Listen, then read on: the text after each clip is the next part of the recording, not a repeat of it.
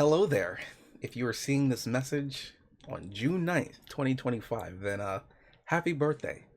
To you if you have a birthday on June 9th, but also to me. I am now turning 30. Well, as of 3:37 p.m. according to my mom. But point is, I am now on the 30th floor and I feel amazing. So amazing that I got into this trip down memory lane about where I've come in terms of Twitch and YouTube, because I do try to be active on those platforms, and definitely was letting YouTube go by the wayside until just recently, as far back as like 2020. But I wanted to go through the history of this channel, about where I was at, what I was going through, where my creative noggin was at when I was getting into this channel, because I think back then when you had Google and YouTube just was thrown in by default like a little bundle deal, back when it was like, was it Google Alerts? It was Google's version of Facebook, but before Facebook really like popped off, you know what I'm saying? So that's what this was when it was born, all the way back in like 2011, I believe, is when this channel was birthed. So that's like what, 2025 to 2011, 14 years. Yeah, so this thing is old. So we're gonna get into it, and maybe hopefully you'll find something new about yourself creative wise, and it'll inspire you to make the next best thing. So please grab your snacks, grab your drinks, put them headphones on, and just let me regale you a tale of where my head was at when I was doing this thing starting out. And like with all things starting out, you gotta start with... I wouldn't show that picture to anyone, or they might try to take you back to the laboratory. Okay, so we are now getting into the baby steps era of this YouTube channel. Now, when I started this thing out all the way back in 2011, there was really no insight to it. There was no goal other than to just upload videos, because the creative noggin took me there, right? Like with any good channel that starts out. And I would think that for what it's worth, I'm glad I didn't give up, right? I'm glad it wasn't a one and done. Despite what this 47 views might tell you, I am very proud of those 47 views, as it was 10 years ago when this thing came out. So why Naruto, right? Why start with this? Because, well, this was the era of the Let's Play. And I think back then, Let's Plays and playthroughs and walkthroughs was just all the rage. It was everywhere. You had your Markipliers, you had your Septiceyes, you had your PewDiePies, and to an extent you still do, but you can kind of feel this shifting of the guard right now.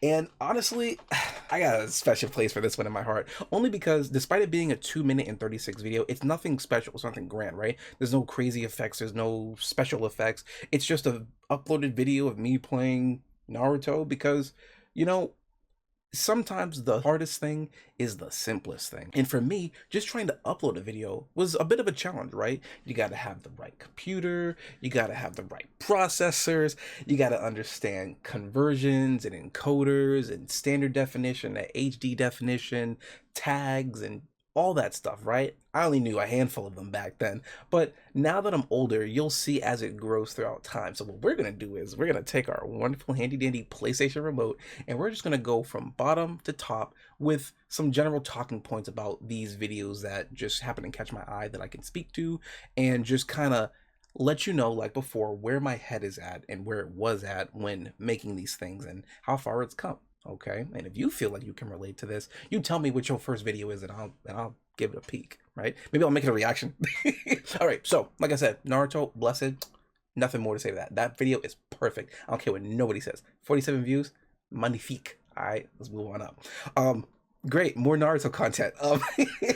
So these here are just more practices with uploading videos. These two here, again, nothing special, nothing grand. It was just trying to get through that initial hurdle of just upload something. Don't be afraid to upload something. Just do it, okay? Sometimes that's all it takes. Once you get that ball rolling, it'll just keep on rolling and rolling and rolling, and then who knows what it'll turn into, okay? So if there's anything to take from this, right, just do it, okay? Over here, if I remember correctly, because there might be something else up here. Yes, there's 3 parts to this. So these 3 here were basically back in college, in like, I want to say my freshman year. There was some paper that we had to talk about with like semantics and semiotics. and I was trying to explain the dynamics of a friendship through the world of Naruto. So I had to explain things like what a Hokage was and what a Sasuke and a Naruto was, because there's just some people out there who really don't know what like Naruto is, yet alone anime, right? So you do kind of have to like look at it and break it down in a way that is foreign to you because you're working it backwards. Um, but the fact that I was able to do that because of a video process, I think that says a lot to the magic of YouTube. And again, even though it's only 3 videos and the views look so to anyone who's really up there, I am still so proud of these videos because for me it was just trying to upload something, title it, make the thumbnails look nice and clean and presentable. I love clean thumbnails, by the way. Like you'll see how much it plays a much bigger part down the road. But back then, for me, it was less is more. And I think after these 3 Storm 3 uploads, which was the fight with Naruto and Sasuke on that bridge in Storm 3, if you know, you know. And if I remember correctly, I ended up getting an A on that. And my professor was pretty cool with, this inkling of the show. I don't know if they went on to go watch it, but hey, if you did, you a ninja now. Believe it. This here, the most intense match I've ever played. Man, I kind of wish I was at 69 views at 9 years ago because then, nice, that would be my birthday. But I used to be big into Rocket League back in the day. Like before Overwatch came in 2016 for me, Rocket League was like my jam. It was just fun, it was frenetic, and I also got it for free. Like that was back when Rocket League was free versus I think it's like what, 60 $50 now. Might be lower given it's an older game, but like back then it was free. Moral of the story, my grandmother, funny enough, did get me Rocket League, like the physical copy, and a copy of Shaq Fu, which Shaq Fu was great, A Legend Reborn, if you know you know. But Rocket League, I don't think she knew that I already had Rocket League, so I was just kind of like, oh, like you really shouldn't have, because like you spent the money that you didn't need to, but it's okay. Love you, grandmama.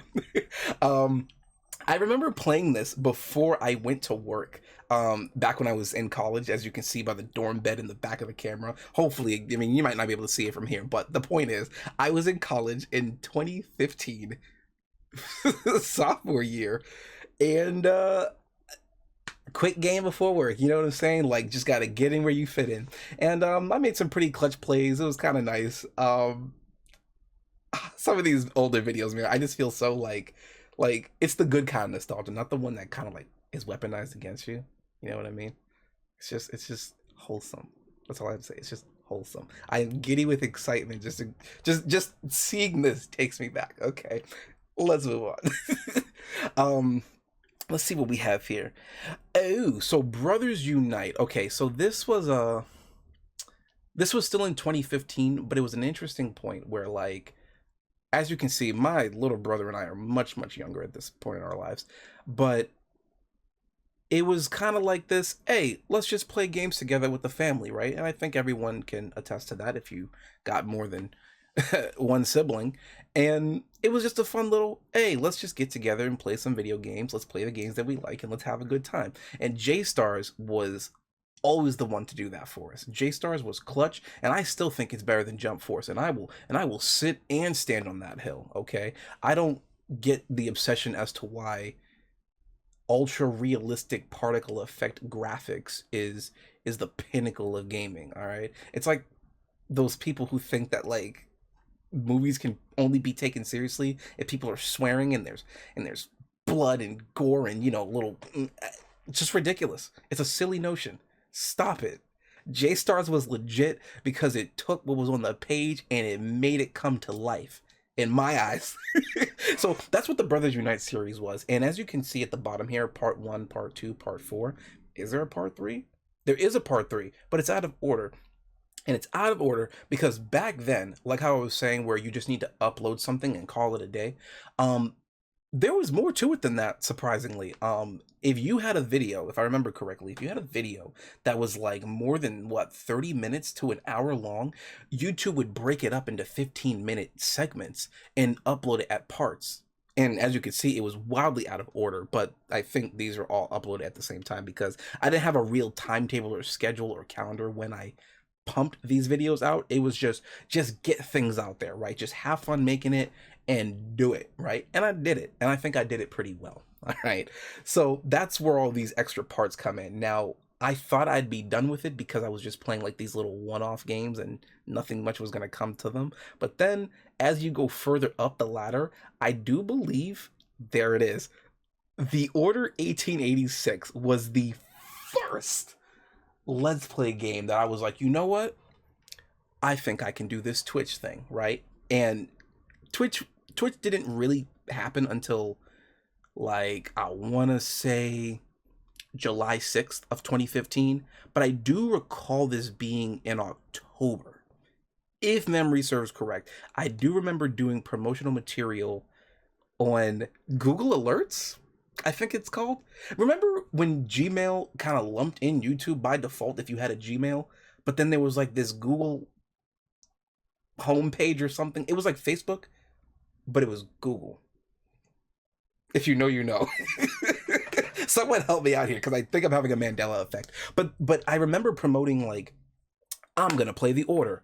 It's gonna be fun. It's gonna be a grand time. And I remember doing like I want to say like an hour and 30 minute or 2 hour stream of it. And when I went to go upload it, it broke it into parts. And I was like, what the heck? I thought I'd already submitted my YouTube license and I figured it out and I did the deed and everything was done. No, they broke it up into so many parts. You would think it was a sliced pizza gone wrong.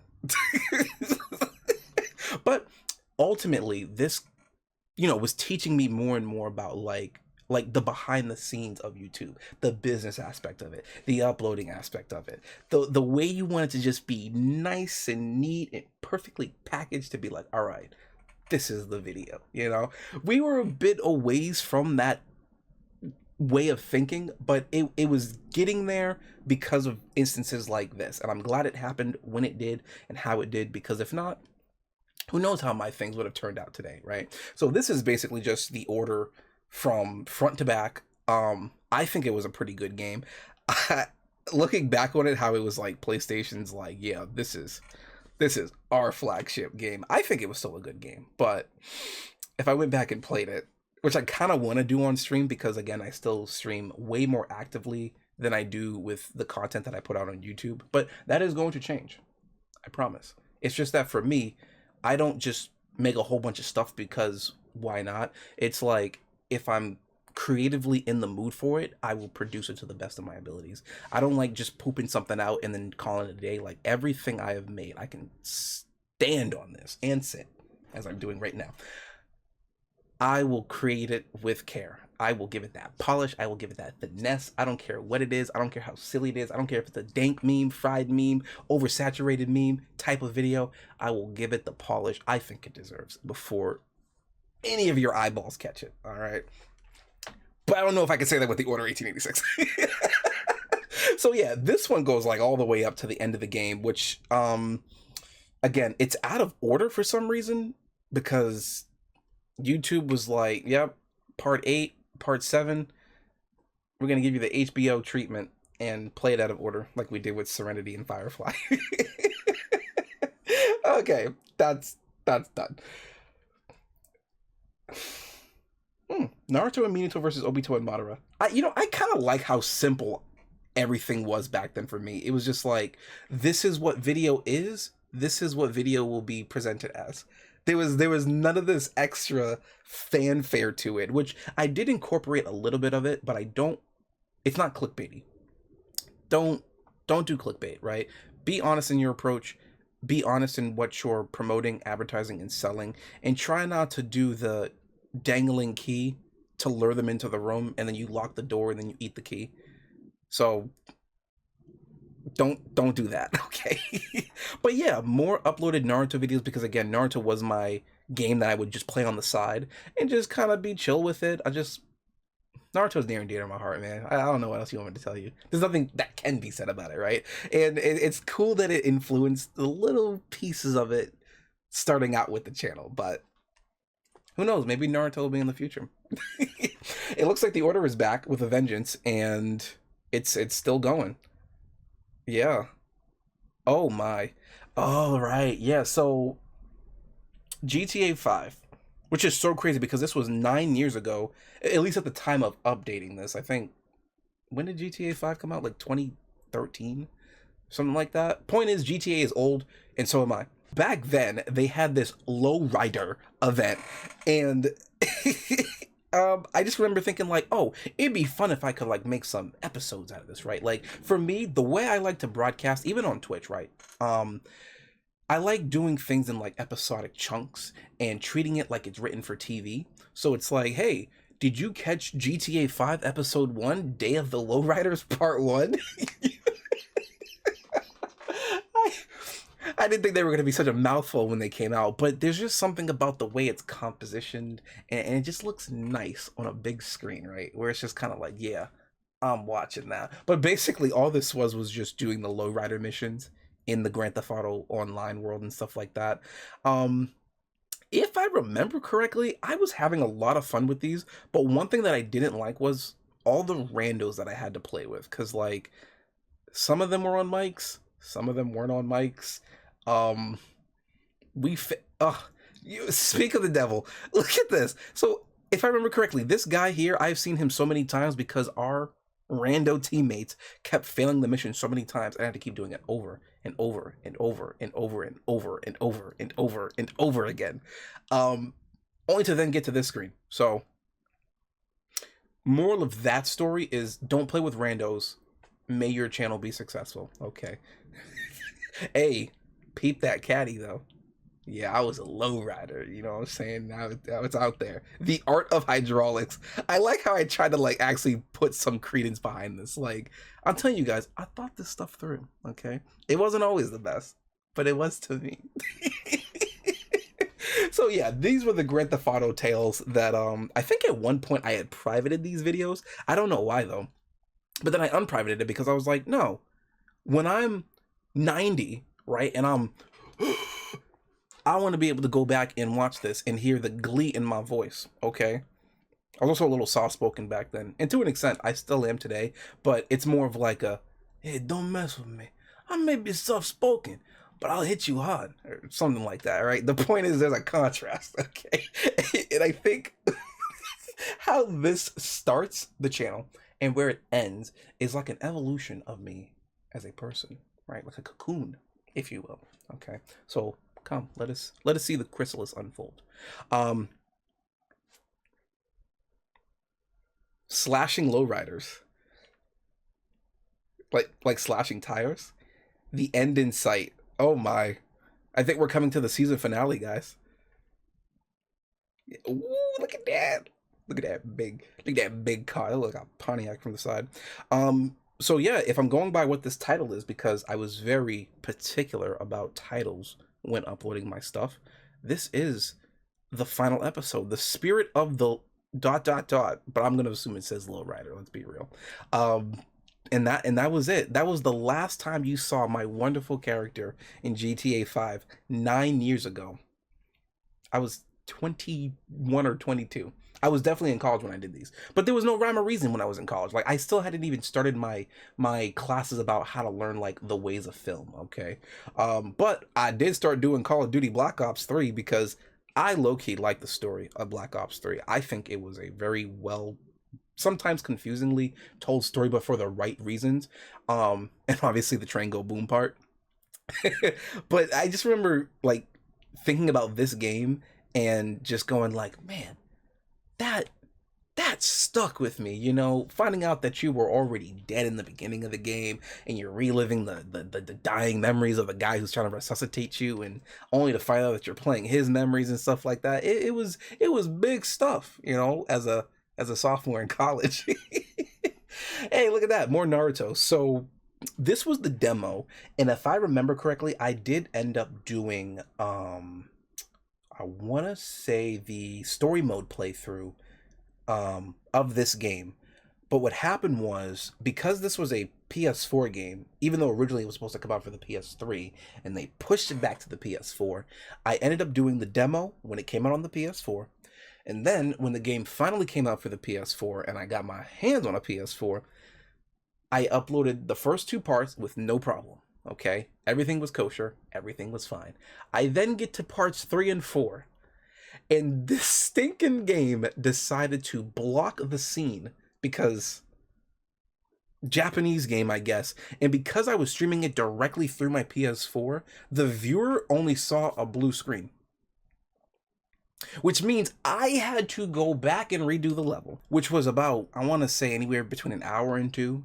And not only do it off of the PS4, I had to do it through an Elgato capture device, which I had no idea how to use at the time. I was still very new on that front, where everything was just coming through the PS4. My green screen was ugly. I had little to no camera. My audio was all over the place, but somehow I had like one or two people there every now and then. It was a good time. But when it came to those last two parts of Naruto, no, there was nobody there. It was just me, myself, and the Lord.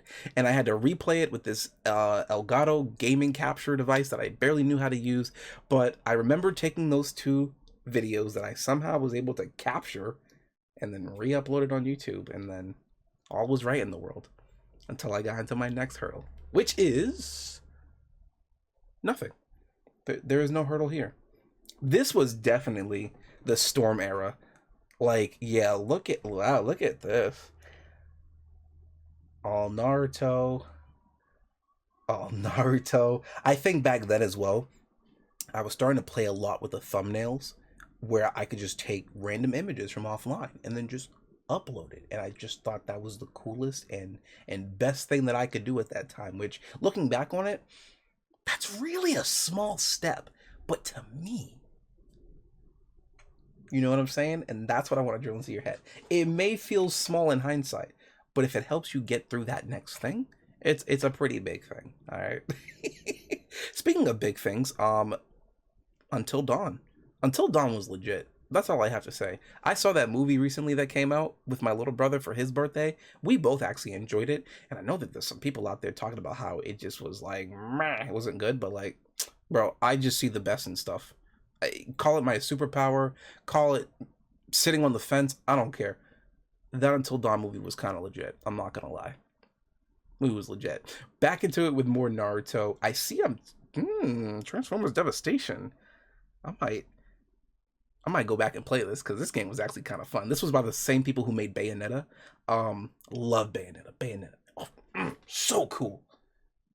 Bayonetta's so cool, dude. I wish I could play 2 and 3, but I think the Wii still has the rights to Bayonetta or something like that. So I ain't getting no Wii because I got enough consoles in this household. So Transformers Devastation, day one. Now note how it's not broken up into parts like day one, part one of dot dot dot.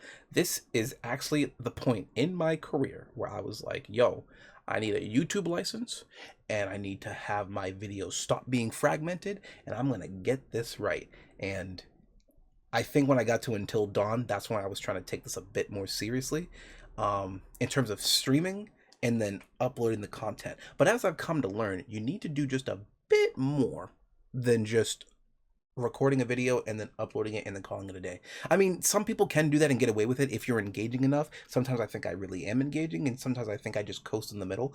But sometimes for me, if I feel like that's not what the video needs, I'm not gonna do it. It's just what it is.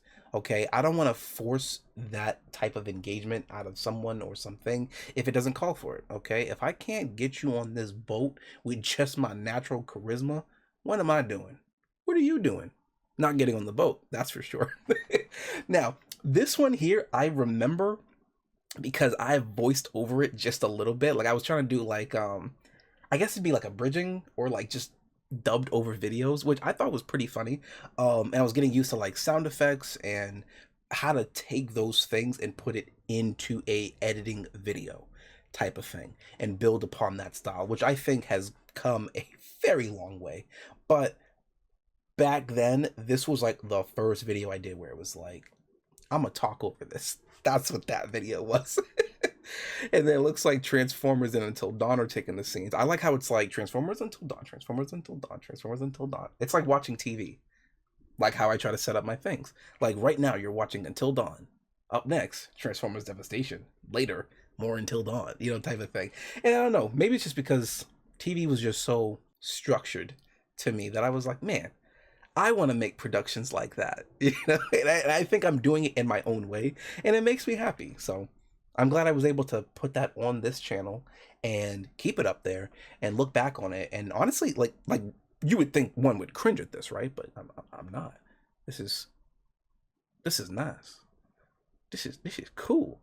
I see the thumbnails are starting to come into, they're coming into their own. I see that I'm putting text on this one, spacing. Again, mind you now, timeline peep, I am in college at this time, so I'm learning things in college while then taking what I learned and I'm throwing it in Twitch, or I'm throwing it into like the YouTube channel. So I'm learning and I'm building upon what I'm taught. But Overwatch happens. And I think this is when I was like, yo, Rocket League? Pfft, what is that? Rocket League poo poo. Overwatch was where it was at. Overwatch back in 2016. If you were there, the game was legit. Not even gonna go over the moon with it. The game was legit. That is it. That is all, Your Honor. But this was the only video I did of it, if you don't count this one and these two, which were just little funny hee-ha ho-ho videos, which are very short. But back then I was like, yo, there's something special about this game. Now, something that I see here is that there's text, my own text, over on all of this, because that looks like it came, this looks like it came from Microsoft Paint. That's not a bad thing. I just see how simple it looks, you know, and that's okay. I'm paying a particularly close attention to this one that's highlighted right now because I am very young. Kinda. I look so young, but at the same time I kind of look the same. It's almost like that's me. And I see that you're playing around with colors, the framing, you got Tracer in the main, 2/3 over here, information up here. I like where it's going. Like, my brain is moving, okay? It's coming together. Trust. Attack on Titan was also very big to me back then. Especially the show coming out. Like, that show was and still is legit. And I still need to finish season 4 with my dad. So, Daddy, we need to get on that, okay? Like yesteryear. Because I finished watching it in some... Oh man, no. That game and movie and show is so good. But now everyone likes to dunk on Attack on Titan because I guess it's like cool to hate on stuff now, but that's neither here nor there. All right, I do see a little UFC video. What is this? A Legend is Born, Greatest Fights. Why is there a slash? I don't know what that's all about. Man, 68 but not 69. Nice. That's my birthday. EA Sports, UFC 2 presents A Legend is Born. Yeah, he trying. What is this thumbnail? You know, I think I was trying to get experimental with Windows Paint because I think I hadn't learned Photoshop at this time. So, yeah, this is old. Oh my. This is old.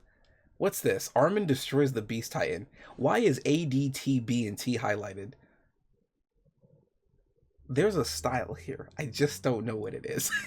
Imagine having something being done by you, but it's been so long you forgot why you did it. That's what this is. But I'm pretty sure, if I remember correctly, this is me playing as Armin, going crazy on the Beast Titan. If I'm going by the Titan. Excuse me, if I'm going by the title. And again, kind of like Naruto, just an uploaded video, you know, because I can. Because why not? And at 81 and 41 and 68 views respectively, can you blame me? No, I don't think you can. I don't think you can. Ah, yes, the Let's Play continues. I also did this on the hardest difficulty, as you can see, by True Attack Mode. So, biggest pat on the shoulder for that, because that was hard. That's all I'm saying. That was hard. And to be able to do it within 2 hours and 30 minutes, which is kind of funny because 2 hours is like my new streaming time limit that I give myself. I don't really go too far over or too little under because it's just Twitch, right? You're not changing the world. But back then it was so different. I would stream for like hours on end because like I finished my homework, I finished my extracurricular activities. I'm in college, I do what I want, you know? But it's nice to know that even all the way back then, 8 years ago, I had limits and I had restraints and I had time, and it was great. Okay. But now we get into. Wow! Come here, you guys! Come here, come here, come here! Look at this! So, this here, and I'm so excited to be talking about this because now we are in the filmmaking era of my YouTube career. A lot of the stuff that I was learning in college, production, composition, camera work, how to load film into a camera, sound, did not start taking effect until like my third and fourth year of college. Okay, so my junior and senior year respectively. Now, even though I was trying to work with what I've learned in the lower videos of like the baby step era and let's play, it didn't really start taking effect, at least for me, until I got to this branch of the content creation. We got some vlogging, short film, which is my favorite short film to this day. All the skits I've done, all the little plays, doesn't hold a candle to the adventures of Franklin the janitor. This one was cool. And then we had things like basic cinema shorts where you have to like take things like scenes from movies and just do it in your own style, which I don't think much of this. It was just I think the school's way of having us get familiar with how shots work, how shots are planned out, how to direct actors, how to direct them on camera, how to direct them off camera, and things like that when going into filmmaking 101. And I think I did it pretty well. Like, I passed all my classes, if you don't count freshman year. Well, obviously I passed freshman year because how else did I graduate? But it was just like, when it came to the cinema stuff, I was on it, okay? And when I realized that years 3 and 4 were going to be the years that we were really going to start getting into this stuff, I was on it, okay? Now, you'll notice that these thumbnails are black, and I'm trying to remember why I made them black and just simple with text. If I remember correctly, I think I wanted to do something like a black box series where, in a weird way, this is that Naruto inspiration shining through again. To those who know, the OG Naruto box sets from part 1, I think the first 4 or 5 volumes don't have anything on them. It's just Naruto with a dash and the number of the box set. And I just remember thinking that it was really cool because it was like, oh man, what's in this box? You know what I'm saying? It just had like this mystery to it. It had this allure. And I kind of wanted to invoke the same feeling with these type of videos that was set up, except they were just cinema shorts, you know, of little kooky ideas and, you know, retreading shots in movies and trying my own spin with it. I think I didn't do that for long because we start to break out of that. I want to say after this Dodge Challenger music video, which, oh my gosh, 654. Truth be told, I don't think this was as good for me as I thought it was when I was doing it, only because there was a song that I used for it. I don't remember the name of it, but it was something about horses, and it was a song my brother wanted me to do, but I literally took the computer, a recording device, and I just put it right in front of the computer to record the music. So you can only imagine how crusty that audio is, at least for the song segment, because again, I was still getting used to the camera and the sounds design of it all, because boy, that stuff is intricate. Let me tell you, that stuff goes deep, all right? And spoiler alerts, I've gotten much better with implementing sound into video and being able to merge the two together where you can make it be diegetic or non-diegetic and just make it soothing to your ears, because I like to think that the first thing you ever acknowledge when you're seeing a production is the sound. And if the sound is bad, your soul is already checking out to some capacity, okay? To anyone out there who wants to know, now you know. Okay, moving on up the food chain. We're doing more vlogs with Maya's first birthday. She's I think she's 7 now. I think she's 7. She's getting up there. She's tall. All right, she's tall thing. I do remember this Sid the Science Kid one. Oh my gosh, 3,000 videos. 3,000 videos. 3,000 views. This is pretty cool. This is pretty cool. I'd suspect that this was from all the random moms out there that was like, oh, I'm gonna put Sid the Science Kid on for my child, and then it's my little brother and I beatboxing the theme song to Sid the Science Kid. It's actually pretty dope. I think I viewed this on my phone way back when because I see the red bar, which is like, I think that's like you've already watched the video. But if I remember correctly, I took the history of my like the history of videos that you watch off as far back as like 2018, because like what I do now is when I go to bed, I'll just put like a top 10 Yu-Gi-Oh video on in the background, and trying to find the song that I want to look for in my history section when I have to go through hours upon hours of Yu-Gi-Oh top 10 content, I just took the history off. So that's probably where that red line is. So it's probably like way back in the day of 2018. But that's great though. 3K. Oh my. It really is the silliest ideas, you know, that can just be successful to someone else's eyes. So again, keep trying. All right. This looks like it was a vlog, Bros Night Out 2, which was also the sequel to the world famous Bros Night Out, which, if I remember correctly, in that video, I was working on montages, putting music in there, making it stick, making it feel organic, and just showing a good time, okay? Kind of what I do now when I freelance work. I do like photography work and sometimes just videographing for local events, small events, church events. And a lot of that did start with me getting my feet wet with doing those vlogs where there was no deadline, there was no expectation other than to just make something. And I think in one way or another, I did okay. All right. And I think I'm doing even better now. Okay. Moving up from that, we got, let's see, Goofy Sonata, God of War, and Brothers. So I remember doing the God of War one through the Share Factory of the PlayStation 4. I was starting to experiment with different video editing softwares and what I was really going to stick with, because back from all the way in the Let's Play eras, it was just make video, upload video, done, right? And it was like, I want to challenge myself and I want to start trying to find more and more ways to get this stuff up and out there. And by this point, I started experimenting with like Share Factory, and I was just starting out with Adobe Premiere Pro. Like it was still new to me, in terms of like just how to edit stuff, how to drag and drop, how to export, how to import, how to deport. It was just a learning curve for me. But again, I'm in the thick of it for 3 years and 4 of college. So you get things like Goofy Sonata, where even though, if I remember correctly, this is legitimately just a goofy video of me playing the piano, I was getting better with things like green screen implementation, humor, pacing, keeping it at a certain time length. Can you tell a story within the story type of thing? And I think this was starting to become more and more evident when I did something like Brothers, even though I think a large part of this was just an anime opening structure, but with my own twist on it. Kind of like with the cinema shorts, but with nothing holding me back, because there's no rule to say that we can't do this filmmaking stuff in our own time. Anyone can make something at any point in their lives. If you got a camera, an idea, and some software, you can make anything happen, okay? And that's what Brothers was. Oh my, Overwatch 2.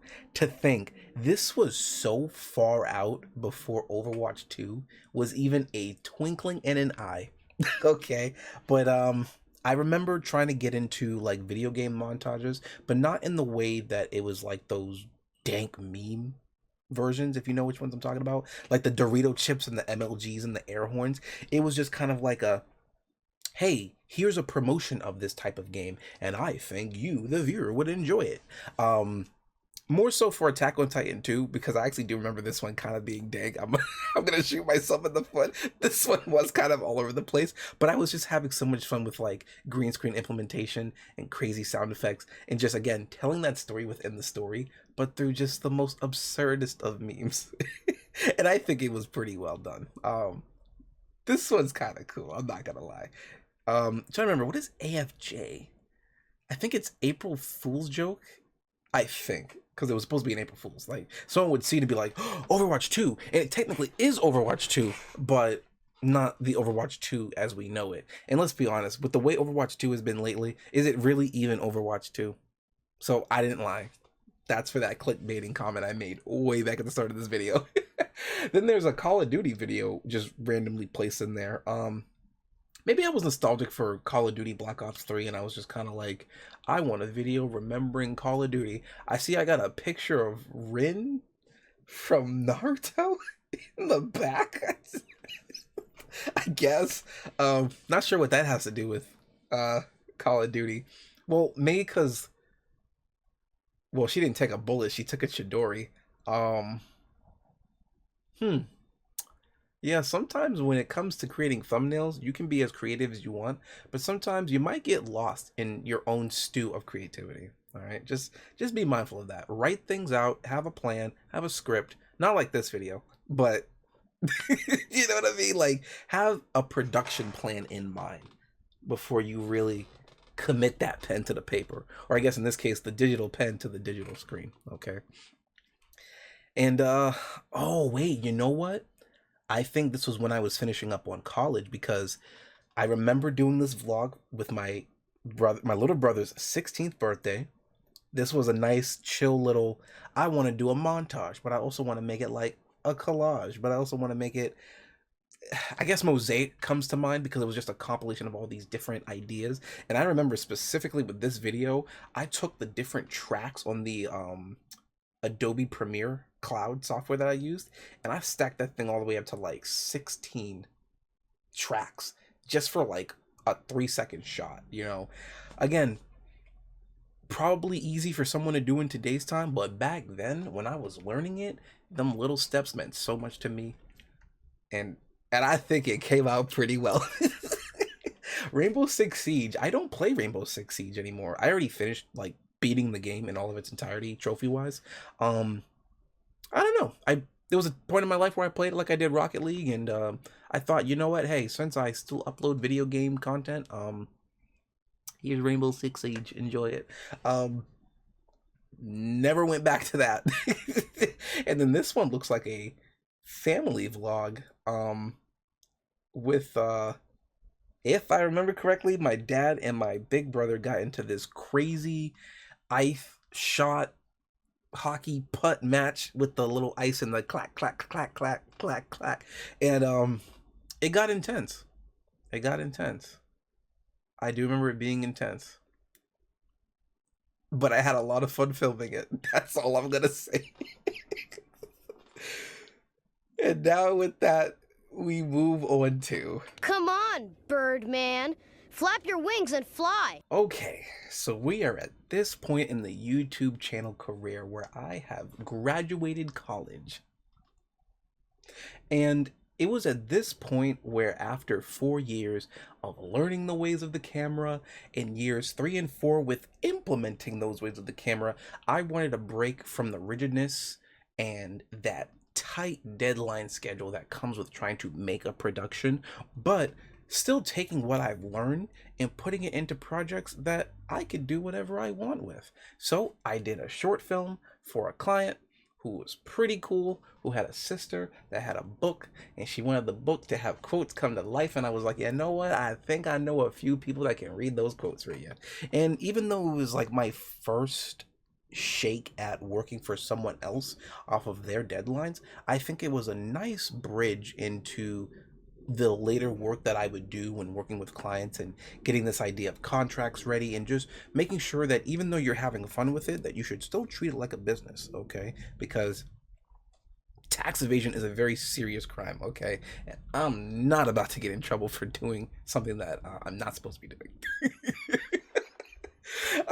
I do see that this here is a blooper reel of this. I probably separated them because we're really long. I might have to go back and watch that because that I love bloopers. Bloopers make me laugh. All right. I see that I got a Child's Play video from Chucky, and this is sitting at 2K. Wow.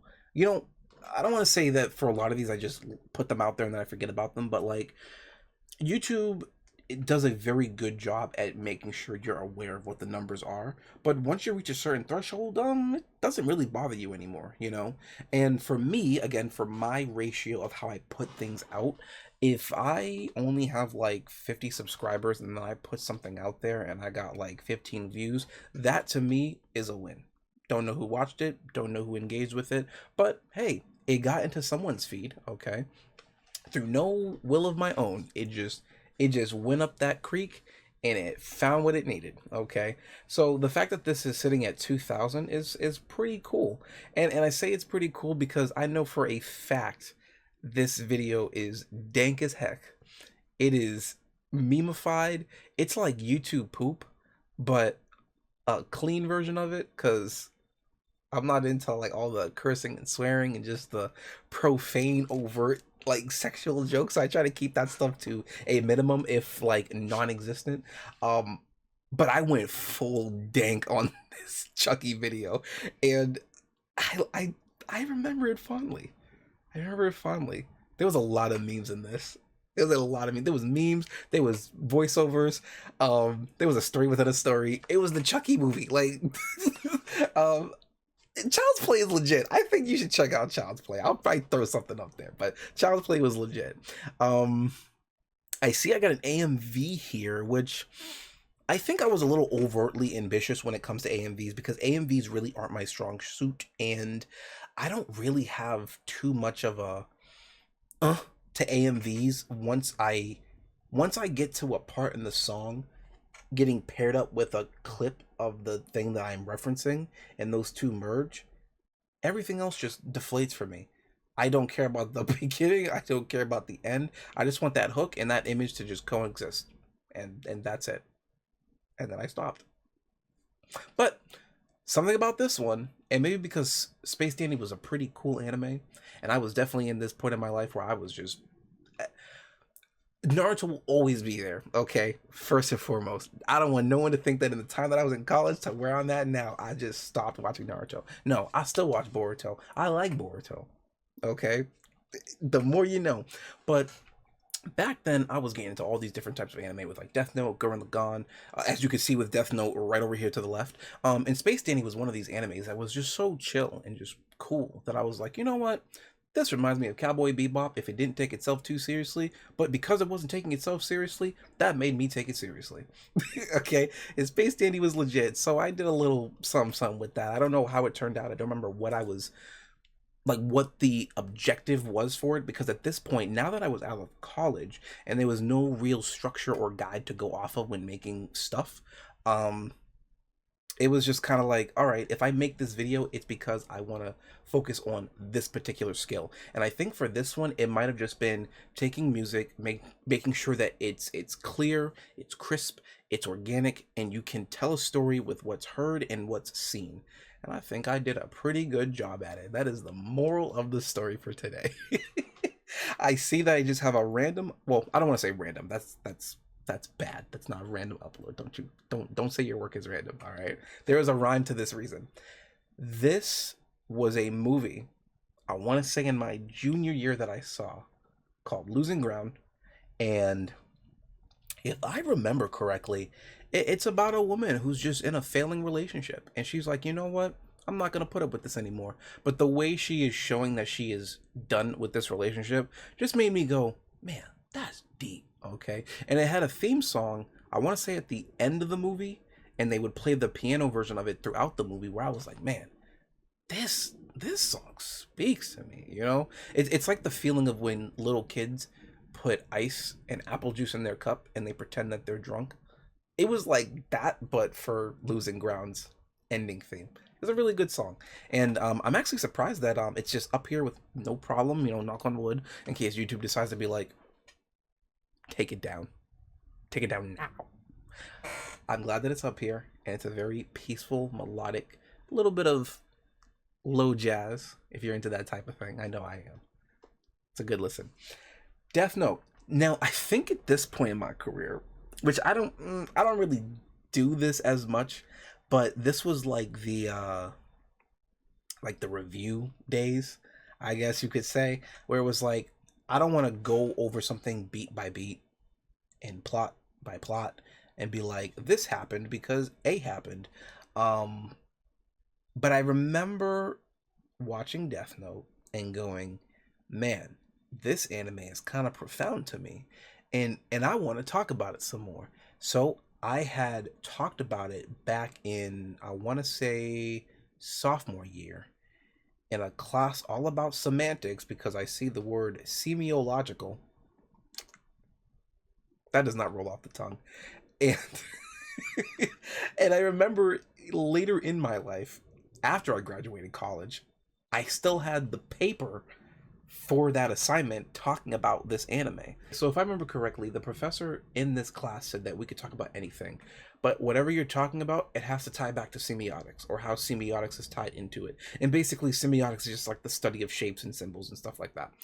And he basically proposed it in a way where it was like, you can talk about anything, but don't think that you can talk about something so obscure that I won't know what you're talking about, like some obscure anime. Like, he legit went like, some obscure anime. And I was like, how dare you put disrespect on the anime? This stuff, it breathes life into the imagination. Okay, so I will show you the way. And what I did was I typed up my paper normally. There was no video at the time that I made that paper. I sent it, I submitted it. It was like 5 pages, 6 give or take, 7 if you include like the anecdotes and the stuff you had to reference from. What can I say? But then later on down the years, when I graduated college, I was like, oh, I remember this paper. I think I can turn this into a video. And I almost went down a rabbit hole of going through all of my middle school and high school papers, but putting it in like a video. And I was just kind of like, that could technically work. But then at the same time, I was just like, you were kind of dumb back then. So like, do you really want to put that out there and like timestamp it forever? Who knows what I was talking about, right? I could have been talking about like the North and the South Reconstruction era, right? It's like, I don't know. There was one on the Great Gatsby though that I can't seem to find, but I know I did a lengthy paper on the Great Gatsby, because the Great Gatsby is my favorite film. Well, I have 3 favorite films. My first one's Jurassic Park, my second one is The Hunchback of Notre Dame, and my third one is the A&E BBC version of The Great Gatsby 2000 with Paul Rudd and Toby Stephens, okay? And I had so much to say about that movie, because the book was amazing, the movie that I saw was amazing. I didn't really care for the one like with Leonardo DiCaprio, because like there was no rap in the 1920s. Like, it's pedantic, but like, just, it didn't work for me. That's all I'll say. It didn't work for me. A lot of good elements in it, but there was other elements that was just too big for me to ignore, and the rap was one of it. And I just could not get behind it. Maybe I should watch that movie down the road, see if I change my tune about it. But no, you will stay in the Great Depression, because you made me depressed.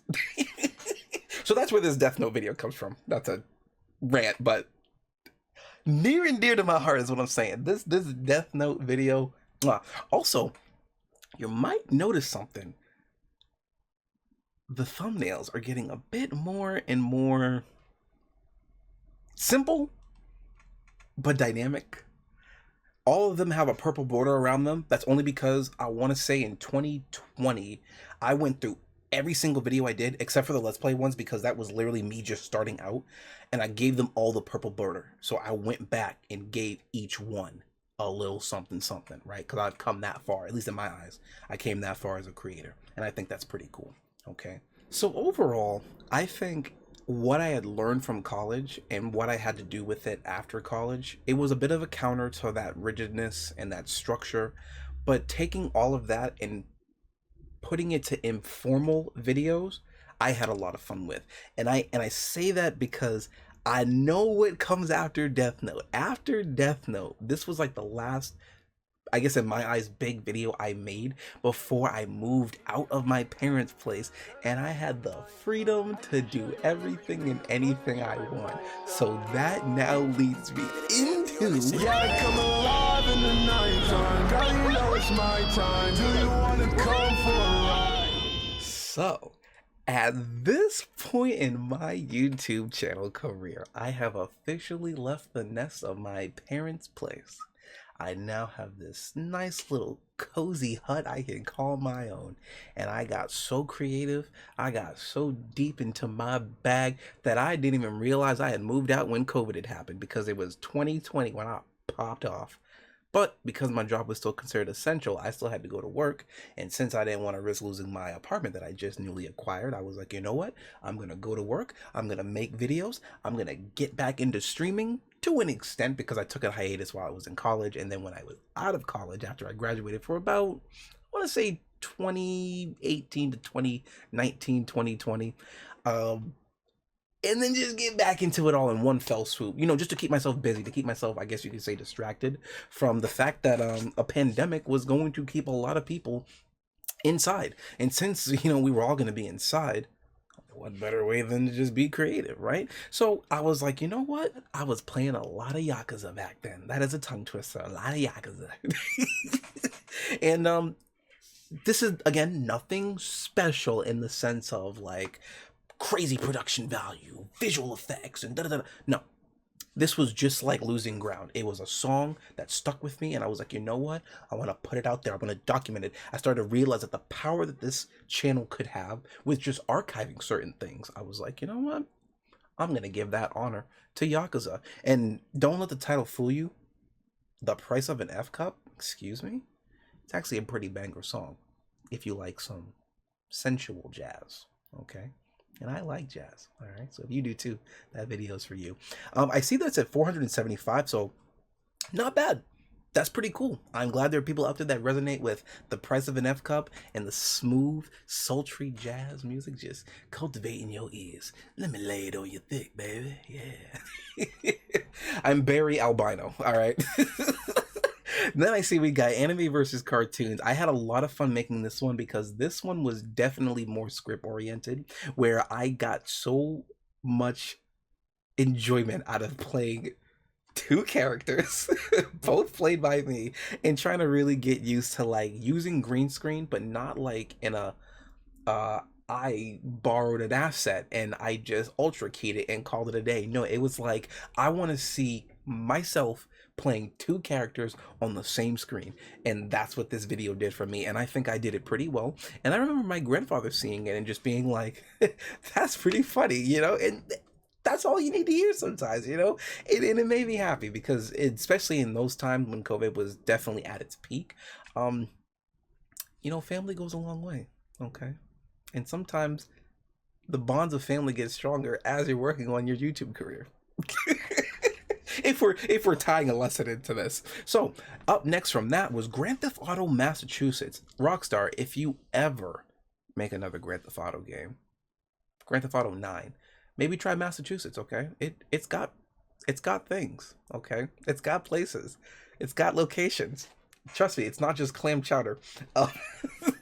But I made this video because I remember thinking back in the day, I was going to get into Vice City, but weirdly enough, I hadn't started playing Vice City as actively as I am now. Like, I am legitimately, right now, as we speak, playing Vice City, working on the Platinum Trophy, and hopefully at the time of this recording, I will be almost done with the game. But I was literally playing it yesterday, and I'm getting a lot of it, like, work done on it, because my dad used to play it back in the day when I was very small. So I misremember certain things, but then there's also a lot of things I remember, like the radio stations and the mayhem that my dad would cause in just one killing spree.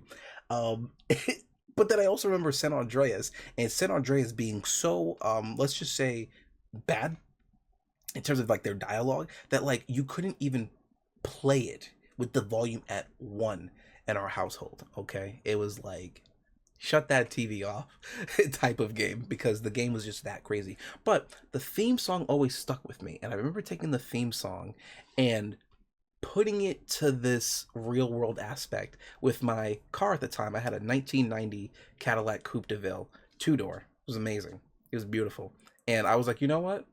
I think the San Andreas theme would go well with this car. So I went around the town, did some different shots.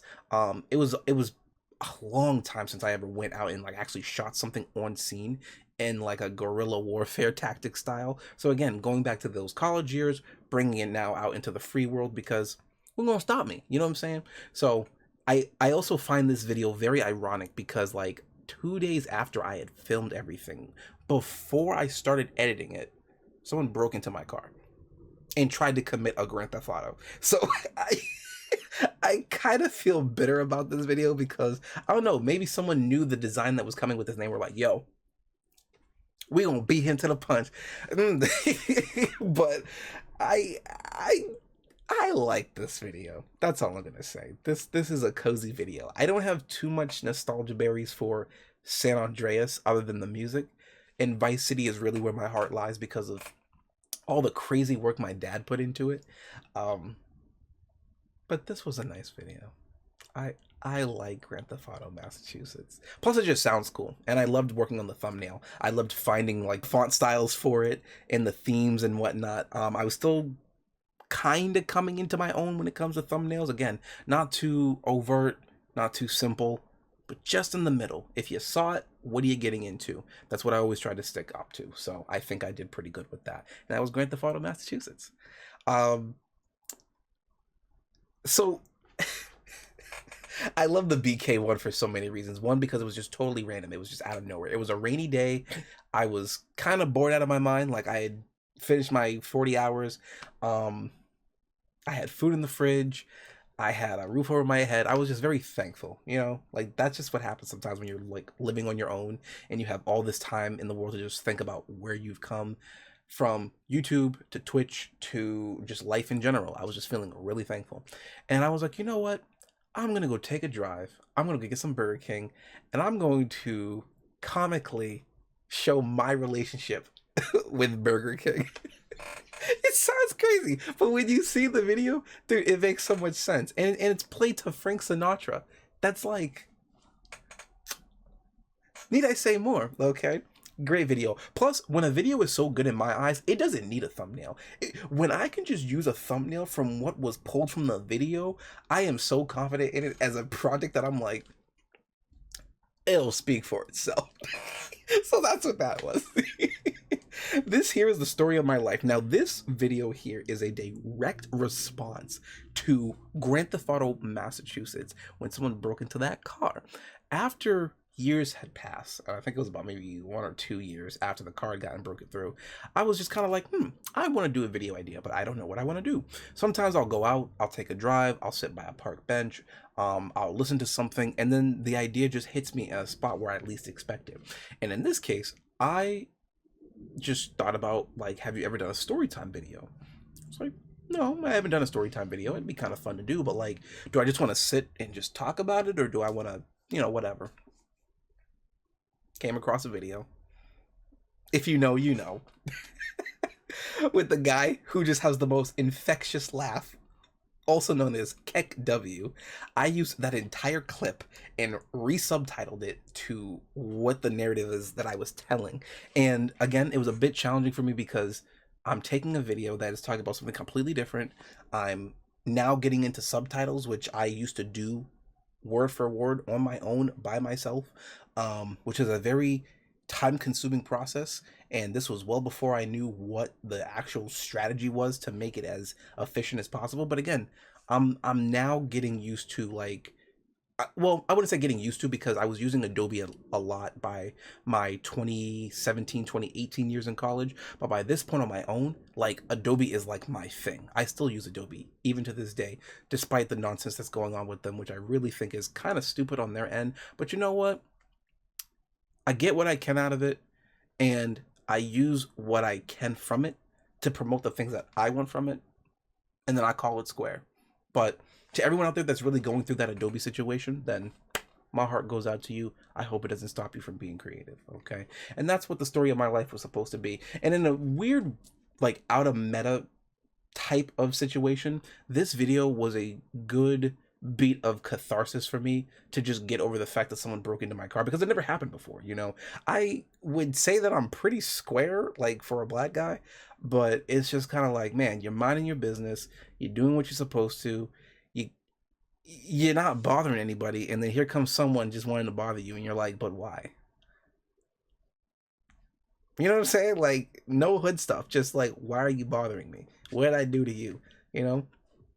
Just, it affected me. Some people just want to watch the world burn. You know what I'm saying? But But that's what this was. In this story of my life, I love watching because I can just look back on it, it makes me laugh so hard that like a tear, just one tear, will come out my eye, and that's when I know that it's like a critical hit. It's a critical hit of a laugh, and I love it for that. So the story of my life, bless your heart. We're definitely getting into like the style of like how I do videos moving forward, and really coming into my own creative bag. But I will say though, COVID definitely pushed a lot of that out.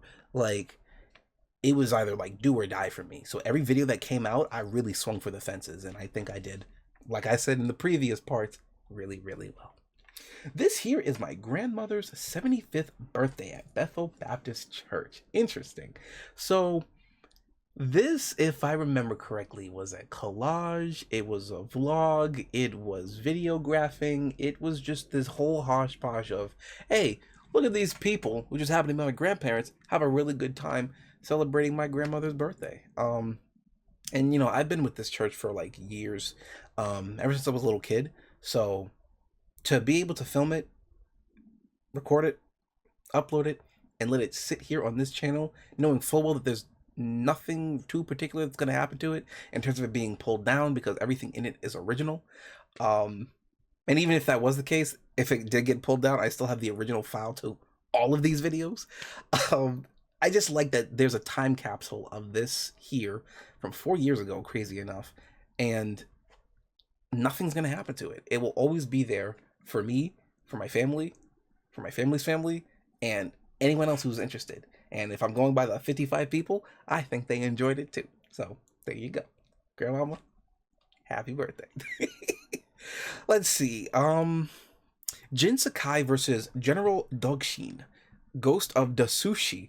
Okay, so I think I was feeling a little nostalgic for the old days where I was like, hey, you haven't done a video game video in a long time. So I think that's what this was, because let's be real, Ghost of Tsushima was legit. No smoke to Assassin's Creed Shadows, but like, you don't hold a candle. This game was tight, man. This game made me cry.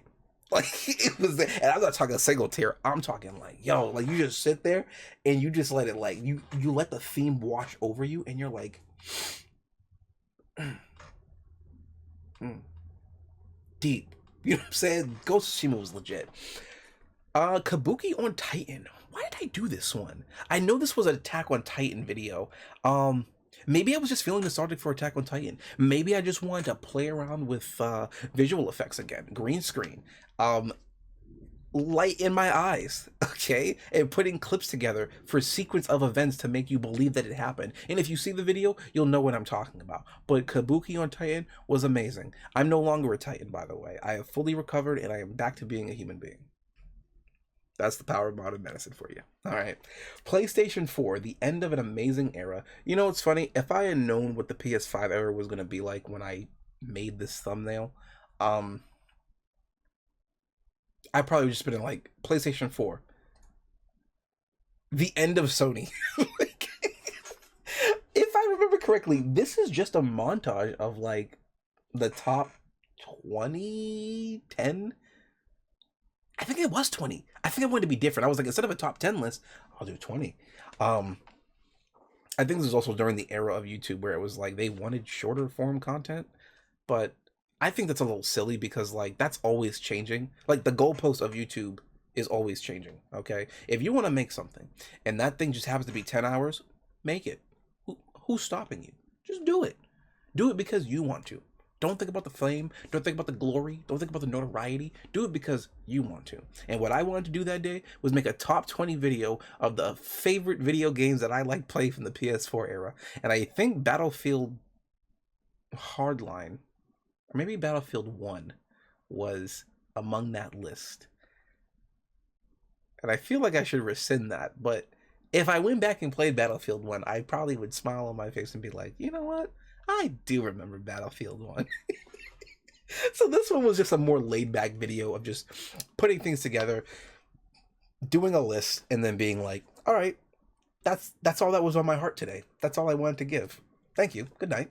And then just leave, you know? Not everything has to be the be-all, end-all SNL production, you know? Just a little video, out of the way, See you in the next one. Speaking of the next one, because I loved my Burger King video so much, I was like, yo, you know what? Who is Burger King equated to in these trying times? And I guess Taco Bell came to my mind for some reason. Don't know why. I really don't think those two sit in the same room arguing with each other.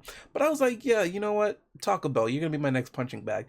And it was kind of like this in-world narrative with with my love for Burger King coming into these videos. So if there's something to take away from this, I'm trying to build narratives outside of narratives. And I guess maybe that's an earlier term for like a cinematic world type of thing. But I don't know if like that idea really caught on with me. So I'm just doing things because I'm like, yeah, I think this is gonna be funny, so I'm gonna make it, right? And that's what Taco Bell versus BK was. I don't know why I abbreviated it, but TB versus BK. And I think that's okay. Black fantasy thoughts. If memory serves correct, I think this is a music video, but it's some pop Japanese song, and it's just me dancing in front of my camera with a green screen. And I think I was trying to get used to I forget what it's called, but it's something that you could do in After Effects where the image just basically like it just swings and sways back and forth. And I just wanted to play around with like After Effects essentially. And while I never really went that deep into After Effects because like I don't want to say I don't like CGI because I love me some computer generated imagery. It's just that like there's such an over reliance on it that you suspend you're either forced to suspend your disbelief or you think that's too big of a task that you don't end up doing it, and you're just kind of like, well, it's not real, so I don't like it. But for me, it's just kind of like the more you're able to do with a story without all that CGI, I think that's a pretty cool skill to have. And even though certain movies do incorporate like, you know, CGI with like establishing background shots and just characters in the background being duplicated multiple times to set the scene, I get it. Sometimes the most bombastic films are the ones without CGI, are the ones with just a really cool idea and an interesting hook and an interesting premise, and you just tell the story because you're confident in that idea and you don't need all this visual magic to tell the story that you need to. But that's what Black Fantasy Thoughts was. Why I called it Black Fantasy Thoughts, you know, honestly, I don't know. And I see that it's thumbnailed in the way like the previous Black Box videos were, which I guess I'm still sticking to this idea from 4 years ago. So I don't know if it sticks throughout the rest. Spoiler, it probably doesn't. And if it did, it probably evolved in some way, okay? Because by this point, I'm trying to get more and more creative with my thumbnails. I'm trying to get more and more creative with my engagement, but not in a way where it feels like I'm forcing you to come over here.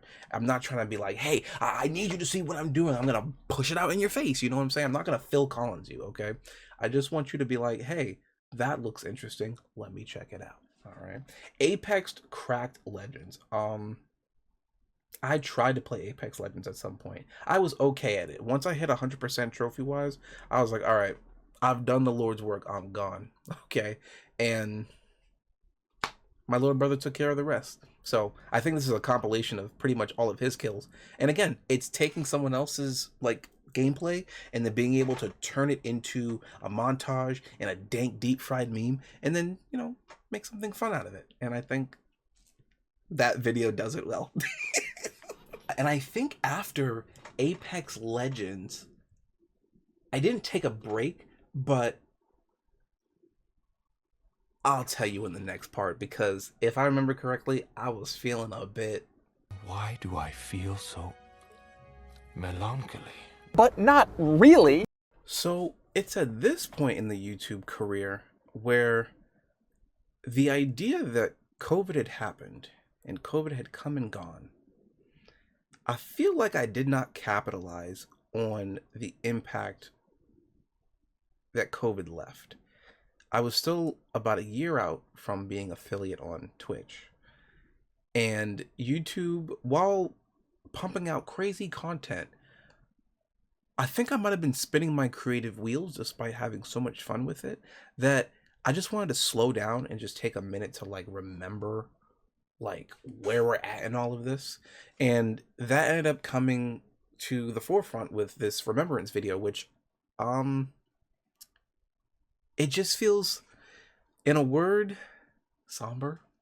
I remember liking this video when I finally finished uploading it, and I remember when I was doing all the recording for it and stuff like that, just feeling like I wasn't over the moon, but I wasn't down in the dumps either.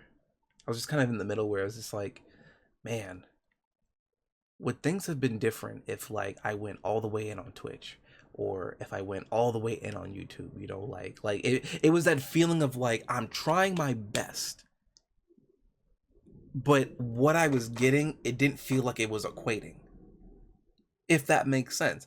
And I think trying to work through that feeling was helping me come out with more and more videos that we're gonna see as we go further up. So Remembrance was just that first video where I was just kind of like,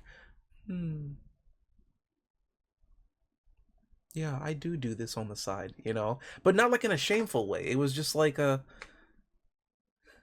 this is what I do, you know, whether it's a stigma or it's something positively to be looked at. This is what I like doing.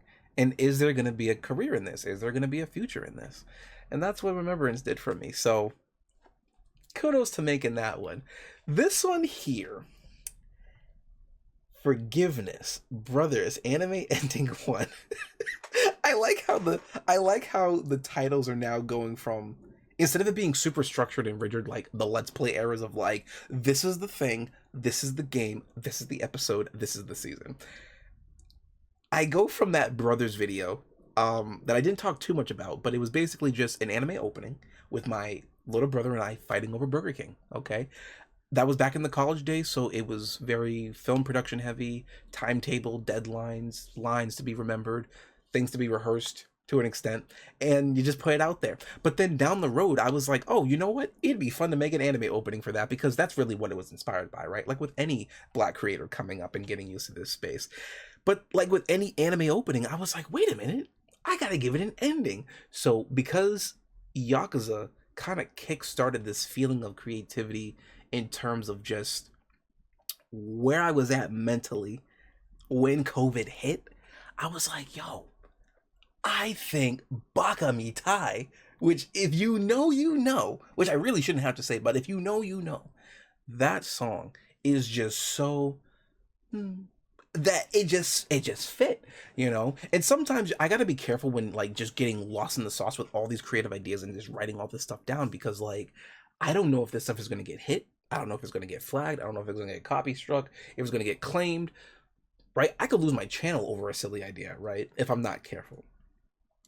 But when the idea is so good, and when the idea seems so much fun to produce, you don't care. If that be where your channel dies, then this is where you come alive, okay? And I was like, Forgiveness was that for me. And again, because this is in my era of like, should I keep doing this? Do I want to keep doing this? Should I focus more on Twitch, right? Because like, again, I wanted that to go somewhere too, but then I'm also slacking on YouTube in the sense of like engagement and popping off and whatever that may look like to someone when you hear that. To my sense of growth, I was just kind of like, wow, I've been putting out a lot of stuff in a short amount of time, but is it connecting to anyone? Is anyone feeling anything from this? I'm feeling something, but can that be said for the person down the hall from me? So that's where my head was at when making these era of videos. And then we kind of go into what I think is another vlog. So my big brother did a lot of powerlifting, invited me to one of his competitions, went down there with my camera. Everyone said it was cool to record. I went for it and I had fun. And I think I did what's that rock song called? I think it's Welcome to the Jungle. YouTube had no problem with it, so I was like, cool. That's going to be the song to demonstrate the feeling of working through your transgressions, which is fitting for the era of YouTube creation that we're in. So again, 25 views, big whoop. I think that's great. For me, hey, I hope it gave you the strength. I'm probably like 2 views in that, because sometimes I'll watch my own videos because like I like what I make. Sometimes people will go, why did you like your own post? Because I like what I like. It sounds so simple, but like it's kind of profound. I like what I like. That is what I like, okay? So I like Strength House, and plus it's a good time capsule for when, like, hey, it's a time with the family. Can't beat that, you know. Now, remember how I was saying about Twitch? Get this. So this was that era, despite it being the sad boy era. I hit affiliate. I did it. I put the sauce on the bun. I was streaming since July 6th of 2015, a year after I got with YouTube. Even though I didn't start taking YouTube seriously until, I want to say, 2020, to an extent, when I moved out and I was like, okay, now I got to be creative. Now I get to do what I want. There is no excuses for why you shouldn't be making something. I didn't give myself that limit of like, you got to make one new video every week, but it was just like, yo, if you got an idea, write it down and start working on it. That was my thing. That was my deadline, okay? And it got to a point where I was like, you know what? I've been doing Twitch since 2015. I want this to go somewhere, and I want to have a community. I want to have cool people. I want to have a well-intent, fostered community of just really cool, respectable, honest people. Okay. So I did the Archived 14 event, which was just going to be the first 14 streams from like July 5th to July 15th. It was going to be in tandem to my birthday. I think I was turning 23 or 24 back then, which is crazy because I'm 30 now. That's amazing. And it was just going to be a good time. Various games, Pac-Man, Akiba Strip, Final Fantasy, Yakuza again. Like, I just was like, you know what? I don't want to feel sad. I don't want to feel like I missed out on something. I want to work through this. And that's what that event for Twitch was for me, okay? And after a while, you know, people started coming, word started getting around, and then before you know it, here we are, okay? To someone on the outside, these 16 views, 137 views, 25 views, 3 views, Let's Play era, might not mean much to you, right? But to someone who's going through it, if you know, you know, okay? And that's what this was for me. This was a good year for Twitch. That's all I'm gonna say. I had fun with this, and I was really proud because it was just like, oh my gosh, I actually did it. I said I was gonna do something, and then I actually did it and saw it through. Which is much different from like having a video and then just making it and then being done with it. It was, I wanted to do something, I committed to it, and then I got a response from it. It was like, whoa. It can happen, you know? But you are what you keep, all right? You can catch more flies with honey than vinegar, okay? And I am proud of that. No jokes, no snickers, no sarcasm. I am proud that I hit affiliate on Twitch, okay? And to the 10 people out there, I still have that baseball cap with the first 10 subscribers to Twitch, okay? I kind of want to do that for YouTube now. So, will it happen this year? Will it happen next year? Who knows? Maybe it'll happen when I'm 40. What I'll be talking about, what I'll be doing, who knows? But wouldn't it be great if we found out together? All right. So that's what these two are, okay? I'm way more active on Twitch in terms of putting content on there and only keeping it on there because I get it. Some people don't have a Twitch, but they have YouTube. Some people have YouTube, but they don't have Twitch and any other social media app in between. So I did try to keep my apples and oranges separate in those baskets from time to time, but I think at this point in my career for YouTube, I was trying to get more and more comfortable with bridging the gap between the two, so you can at least get a little taste, and then if you wanted to see what it was like live, come over here and see how we get down, you know. But I also streamed at like 1 o'clock in the morning, so if you were like any normal person, those times just weren't for you. But the times move around, and sometimes I'll pop out with a surprise stream. I keep VODs up for about 2 months, and I think at this point, especially at this point, there is no excuse to not be able to see me because I do have to market myself. I do have to promote myself. I do have to brand myself. And honestly, it's a lot of fun. Having all that control is scary as it is much fun. Okay? That's all you need to know. With all that being said, we've got Harem Simulator. Not my proudest video. So Sword Art Online is just a weird show if you take away the video game aspect of it. It's very fantasy driven, where it's like, oh, I want to be the hero of the story. I get all the girls. Everyone wants me, me, me, and like I don't know what Bandai's thinking because I'm definitely not the demographic for it. Even though I love anime, there's just certain anime where I'm like, yeah, I do not rock with that at all. And I was getting to that point in my anime career where like Sword Art Online was just getting like irksome to me because like it just had no depth to it. It just had no depth to it. It's like if you bit into a steak with full force, but you accidentally bit into the bone and not the meat. That's what Sword Art Online was for me. Okay, but there was a moment where I was still new to the twitching and then putting it over to YouTube. But I wanted to put some dankness to it, if I can say such. Going back to when I said where it takes a bit more to upload something and then just leave it alone. I wanted to upload something, but then give it some editing flair and, you know, some story to it and put that story within the story and make you guys laugh, okay? Because it definitely made me laugh when I was making it. Even before editing it, I was just like, yo, this is kind of funny of its own. And that made me feel like, yeah, I do have the charisma for this. I will say that. I do have the charisma to stream. The energy is just palpable. You can feel it through your screen, okay? But I wanted to add a little bit of an editing flair because I felt like the video called for it, and that's why I did it. So I actually like this one, and it's kind of funny because I remember way back in the day when this came out, I kind of kept on it analytics-wise, and it got to a point, and then it stopped. And that happens, okay? That happens. Keep on making stuff. Do it. I like to think, if you're going to play the long game, you make video do okay. You make another video that might be even better than one. People come in, and if they have enough respect and reverence for you and the work that you do, they might go back down the rabbit hole. Trust me, there are people with a lot of time on their hands, or there are people who will make the time to see the other stuff that you made. I'm not saying everything I made is gold, but like, if someone went back and actually watched those like Black Ops videos or the Order, it'd be like, whoa, like, would you think? You know what I'm saying? It can happen, okay? There's always time to circle back around, all right? So just keep on making stuff. It's gonna be okay, all right? Let's see here. The 1990 Cadillac Coupe de Ville is a gigantically small dots. So this was the car that got broken into, okay?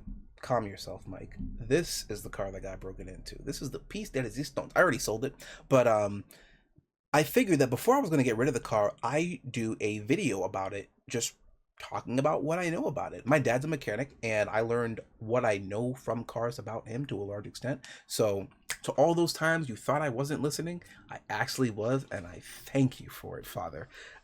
You have saved me so many crazy bills, and the people that try to sell you on premium air, you know who you are. And to those who are more keen-eyed to this, there's a car enthusiast out there called Doug DeMuro who does videos, literally same thumbnails just like this to this day.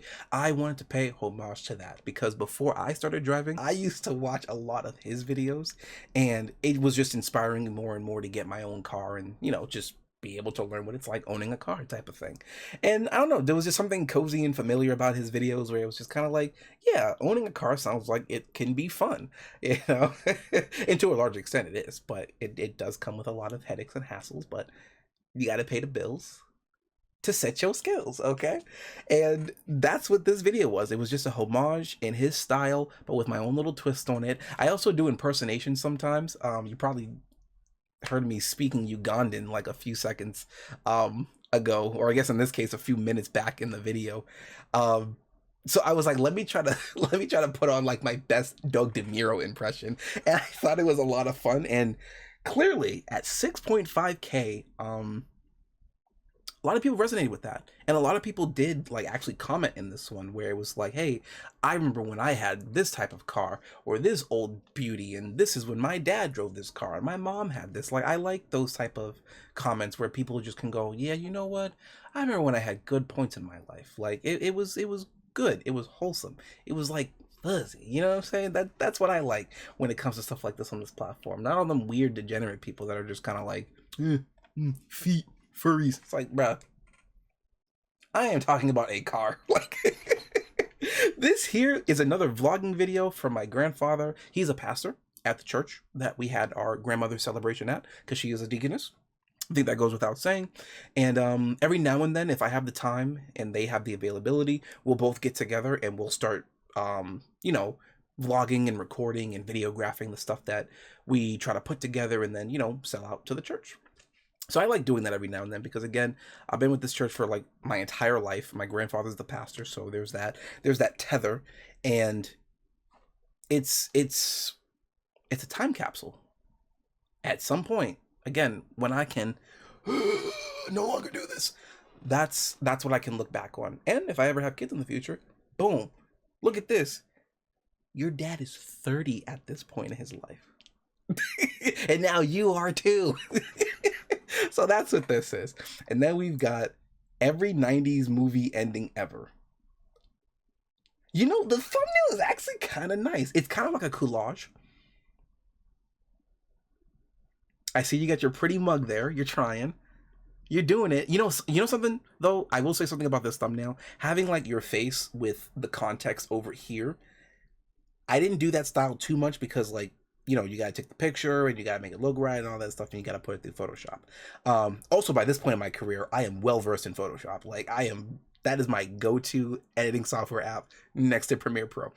A lot of videos nowadays do that image side, white background, one text. Like, I get it, it's engaging, it's enticing, but like, I don't know. I don't know if I feel for that style as much as I thought I would, because like I like that it's simple. That's what I love about it. It's simple. But then like you watch it and like it's stuff that you already know. It's stuff that you've already seen, and it's just beat by beat by beat of whatever it is that's being discussed. In most cases it's with like video games or movies, but they're dressed as reviews. Not gonna get into it, but it's just kind of like, by seeing a title that simple, I thought there was more substance to it. That is all. And that's what this was. This was a trend, I want to say, well, at least on my end, it was on a trend on TikTok, but I have Instagram, not TikTok, where 90s movies just had wholesome endings with bows tied on the end of them because everything works out for the hero in the movie. And since I'm a baby born in 1995, I was like, I want to try my hand at this. So I came up with this silly little plot. I love scripts and jokes that can play on words. And I remember one of the jokes that I made for this was that this person missed their calling in life because the call that was supposed to set them on the track, they overslept because they missed their call, type of thing. So I don't know, I just like playing on words. I like simple jokes. I'm a very simple guy. I like dad jokes. That's it. That's my big secret. That's all I wanted to say. Ooh, so, oh man, wow. So like, you notice how the thumbnails just pop out at you, right? Like, I'm not the only one that's seeing that, right? Now I am just like, I'm still sad, okay? Don't get it twisted, but I'm working through that sadness by getting wrecked in Yu-Gi-Oh! Master Duel. Yu-Gi-Oh! Is a wonderful trading card game in real life and in digital spaces. Anyone who probably plays Yu-Gi-Oh! Will tell you that's not the case, and I'm full of it, but I have fun playing Yu-Gi-Oh! Because I don't have to play meta to have a good time. And I was like, yo, remember how you used to stream? Yeah, try to take some of those streaming elements and put it into the YouTube space, but remember, don't forget to edit it if you want to, okay? And it came 9 times out of 10 where I always wanted to edit it, so I just ended up editing over it anyways, to make it fun, to make it engaging, to make it enticing, to make it fun, because that's what YouTube is all about. YouTube is about you and tubing it up, all right? And that's what getting wrecked in Master Duel was. That one was a lot of fun. Maya's first birthday, again, she's like 7 now. She a big thing, all right? I have fun with this. This was another family get together, a vlog, a collage, a mosaic. It's kind of like Kai's 16th birthday and the church videos, but with our family, you know? And by this point, my camera skills, man, I got a steady hand. Let me put it that way. I got so much better with my camera work that this is a nice callback to all of that and how far I've come. Also, I really like the thumbnail. It's colorful, it's bright, it's vibrant, it screams, hey, I'm fun, click on me. You know? And To its credit, my niece loves this video. And when she's much older, hey, that's for you. Okay? You're welcome. The cheesiest dinosaur movie. Man, it burns me that all these videos have like a few numbers shy of 69. I just need to say 69. Okay? Honorate my birthday with a 6 and a 9. Okay? That's all I ask from you, YouTube. This here, I am so proud of this video. I don't know what it was about this video in particular that made me want to go, I need to talk about this. Everyone needs to know about this dinosaur movie. But man, I remember I was at home one day and I had just finished purchasing tires for my brown caddy. I had a 2007 Cadillac DTS. The black car is gone. It's already sold by this point. I bought those tires because I caught a nail. A few nails, actually. I just kept catching nails. Kept catching nails. And I had like $2.31 in my bank account. And I still had to figure out how I was going to get my birthday cake. Thankfully, I am so far from that time in my life. I am financially free, which is crazy to think because that was only 2 years ago, okay? I had money in my savings account, but that was more for like emergencies. I wouldn't count a birthday cake as an emergency. As crazy as that sounds, right? Cake is not an emergency, all right? Food's an emergency, but not cake. Big difference.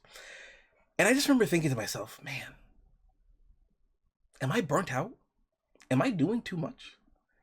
Is this the end of like my creative? Nope. This video came out and oh man, I just love it so much. I remember writing the script from it. I remember hoping that the video that I needed to get my hands on in order to talk about it was still at my parents' place when I moved out because I didn't bring it with me. I just totally forgot. It's with me now, so don't worry. And just being like, yo, this is gonna be my best work yet. Cause I was so focused and I could feel that I was focused. You know, I was paying attention to my own actions and it just felt like a charged shot and it was great. It was great. But what happens after you have that charged feeling and you shoot it out? You get left with. So, at this point in the YouTube career, I'm feeling a bit frustrated. I know in the previous parts, COVID had happened. I acknowledged it happened. I worked through it. But something about it didn't feel like I got it out of my system. And I felt like I was just reacting instead of being proactive, if that makes sense. And then it didn't make it any better when the creator of one of my favorite animes passed away in a tragic accident out in the ocean. Kazuki Takahashi with Yu-Gi-Oh! I was working on this video in the background, mentally, still scripting out stuff here and there, for about 2 years, give or take. Like, while I was in college, I was thinking about this video as far back. But I just never... I felt my skill as a creator wasn't there yet. I felt like the things I had in mind and the things that I wanted to do just weren't up to par with what I wanted the final product to be. But then part of me was like, well, maybe that's your problem.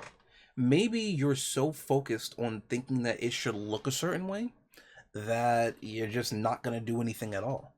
And then I just sat there and was just like, wait a minute.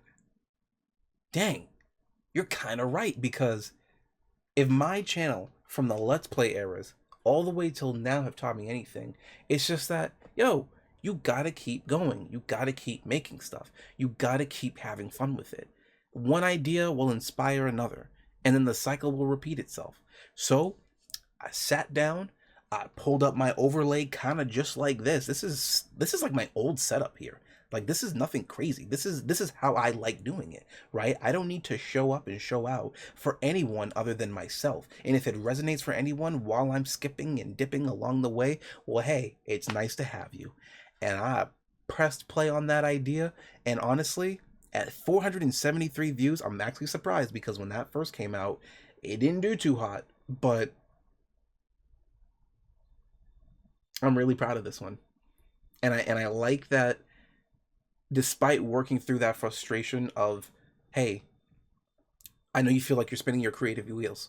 I know it sucks that the person who made this thing that you like is no longer on this earth. And celebrity like deaths don't really affect me like that, but like Yu-Gi-Oh, Naruto, Dragon Ball Z. Out of my big brother, sister, and myself, my big brother got Dragon Ball Z, my big sister has Yu-Gi-Oh, and then I have Naruto. And as you know, in 2025, both of those grades are already gone. So all that's left is Naruto, okay? I don't know if there's any video I'll be making about that specifically, and quite frankly, it's not really on my heart to do so at this point in time, but it's just that, like, being able to work through those real life frustrations, that, man, the thing that you liked, the thing that made that thing that you like is no longer here. It just burned me. I just remember being really quiet the day it happened. And I talked to my sister about it, and we discussed a long time about, you know, favorite Yu-Gi-Oh episodes, and, you know, I like the card game, and she likes the card game to an extent, but she doesn't really play it all that much. And just the different styles the characters look like and how far the show has gone, because she only watched it up to Yu-Gi-Oh!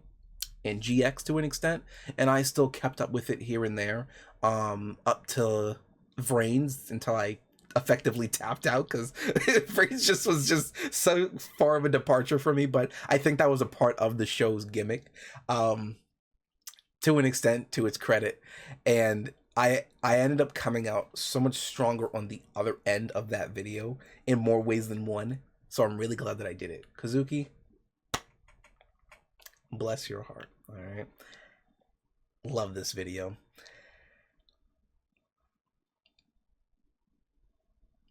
I was gonna be like, I don't remember this one, but then it hit me. Restoration. Another vlogging grandparents video. Think of this like a grandparents mission in a video game. This is a special order mission. When you see the Black Box series, it special order, and I'm kind of glad that even up to like 2 years ago, I'm still keeping this style for certain projects that don't need to be showboaty. You know, sometimes it's not about the flair; it's about setting an example. and I personally do like the black and white text look. I'm just a simple guy. I don't know what you want me to say. I don't put sauce on my sandwiches. I'm just a simple man. Alrighty, let's see. Now we've got not ranting on the Naruto to Boruto Ultimate Ninja Storms connection game. What can I say about this? I don't know if part of me wanted to get into like video game coverage news with things that are like coming out on the fly, topical, and just let's talk about it now. But as somebody who's been playing Naruto for a very long time, as far back as April 7th, 2015, when I first uploaded that Naruto video, I was just kind of like, oh, it just felt like they were taking shortcuts. It felt like they were being lazy. It felt like they were remastering a remaster of another remaster. And I know Bandai can do so much more than that because of the things that they had pumped out up to that point. Demon Slayer comes to mind. Beautiful looking game. I think the anime is just like a 6 out of 10 at best, but the game's presentation of it by Bandai Namco was flawless. Okay, putting that out there so you can all put your pitchforks away. And I felt like when it came to Naruto to Boruto Ultimate Ninja Storm Connections, the game, I felt strongly about it. I was like, no, they can do more than this. Pretty sure Bandai didn't hear a word of what I said because they still ended up making the game anyways, right? But it was this idea of like, hey, you seem like you're passionate about this. Why don't you make a video about it? And I was like, okay. I mean, yeah, I guess I've never done a type of video like this because most of my videos are like, I would like to think in isolation. They're just their own little contained stories and their own little skits. And it's like, hey, I'm just over here doing my own little thing while the rest of the world could potentially be on fire. But then I was like, hey, the world's on fire. Let me talk about that real quick. But it's just the video game world, right? It's nothing crazy, right? Nothing to write home about. But I had fun making it. I like putting some little jokes in there. I'm very quick-minded and witty, and I just jump from point to point sometimes. Trust me, there is coherence to it, but you got to pay attention to it, right? I won't hold your hand. I do not want to hold your hand. My teachers never held my hand back in school, so I'm not going to hold your hand either. But I will tap your shoulder and tell you to look that way from time to time. All right. So that's what the Boruto video was, and I think I got my points clear enough because it was just like, hey, they're making this game. This is me, a customer, a consumer who is invested in this game before with Storm 1, Storm 2, Storm 3, Storm 4, Storm 4 Road to Boruto, Storm Legacies. And I just was like, yeah, if you're looking at this from a financial standpoint, I think this is silly and here's why. And I explained my piece and I moved on from it. Amen. This here, Twitch Season 4 opening and ending. So this is gonna sound silly, but for Twitch, if you know, I like to do seasons. I like to structure my stuff in a way where it's like TV, right? As we saw with the Lowriders GTA episodes, okay? So on my streams, I like to do things in seasons because back then it was supposed to be like, in this case, Season 4, Path to Partner. Now, if you know, the requirements to get to Partner is quite the marathon, let's put it that way. And at the rate that I was going, which is totally fine. I love the rate at which I'm moving on the Twitch side of things. I think it's great, right? I'm having so much fun on Twitch. I'm a variety streamer, so everything is always fresh. Everything is always new. We always got something to talk about. I always bring topics. I'm always rambling and babbling for about 2 hours about nothing, but I'm having fun. You know what I'm saying? And it got to Season 4, Path to Partner, and this was the season where I was like, yo, I gotta work through these frustrations. And I started getting crazier with my stream starting soon screen. I was like, what if I make an anime video? And I'm like, well, you haven't done that since the Brothers video. You haven't done that since the anime ending video. You haven't done that since like you left college and left your parents' place. And I'm like, yeah, but like, what if I did it again, right? Can I do it even better with what I know now? And then, you know, still make it feel like it's a return to form or it's a callback to roots. I think I did really well. And if it was up to me, if I didn't shoot myself in the foot and call it Season 4, I probably would have kept that up in perpetuity until it was time to do another one. Because I like doing dynamic stuff, especially in the realm of creativity. And because I like doing it like TV or like seasons, it's like when you see a new season of something, it gets you excited, it gets you hyped. So I was like, hey, you know, this is Season 4 of Twitch. Come see what it's all about. And I think it was pretty great. I was affiliate. I was, again, on my 4th season. I was riding the high, even though I was frustrated about some creative nugget on my shoulder. I worked through it. And that's what Season 4 was. And then, of course, no opening is complete without an ending. So I did an ending as well. Funny enough, I was driving home today to get myself psyched to do this video. And I was like, I'm listening to the set of songs that this Season 4 opening and ending came from. And I was like, it might be time for like a Season 8. Because that's technically the season that I'm on. I stopped marketing it as seasons because if I did it that way, it'd be a long time before we get to Partner.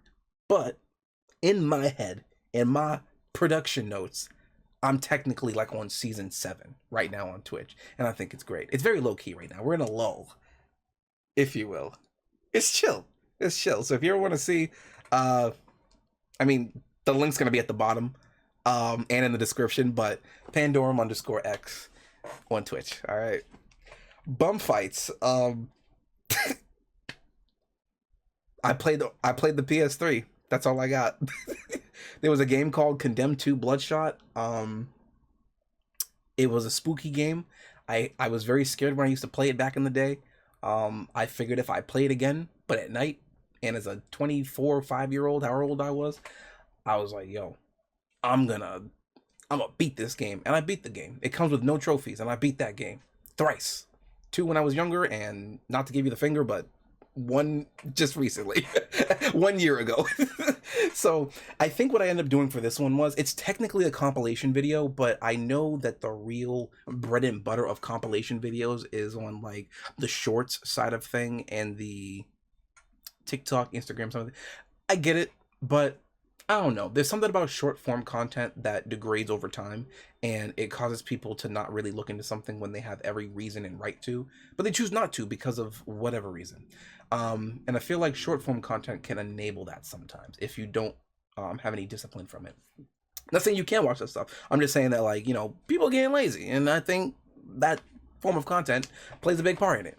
So originally, that's what the Boruto video was supposed to be. The Boruto video and the bum fights were supposed to be vertically challenged videos, and that was gonna be it. I wanted to try my hand at shorts because that was kind of like the new thing, and I didn't know that in order for a short to be uploaded, it had to be at a certain aspect ratio. So I'm just like uploading it and I'm like, well, I'm putting short in the video. Why is it not working, right? It's kind of like that whole YouTube license thing and getting my video broken up into like 15 different parts at 15-minute intervals. This was my new hurdle with shorts. Spoiler alert, I figured it out. I got a whole shorts channel on the other side. Some video game related, some skitty, some are just goofy. It's just, that was more of a creative like outlet where it was like, hey, you have an idea? Yeah, write it down. Have some time in the week to make it happen. Cool, I can do that. And then I have fun with it. Yeah, the shorts are just like off in their own separate continuity, but in the same world of the YouTube channel. So that's what this was, a compilation video, but in long form. And yeah, just being fast, just being quick, being witty, and telling that story within the story. And I think, you know what I'm about to say. I did it pretty well.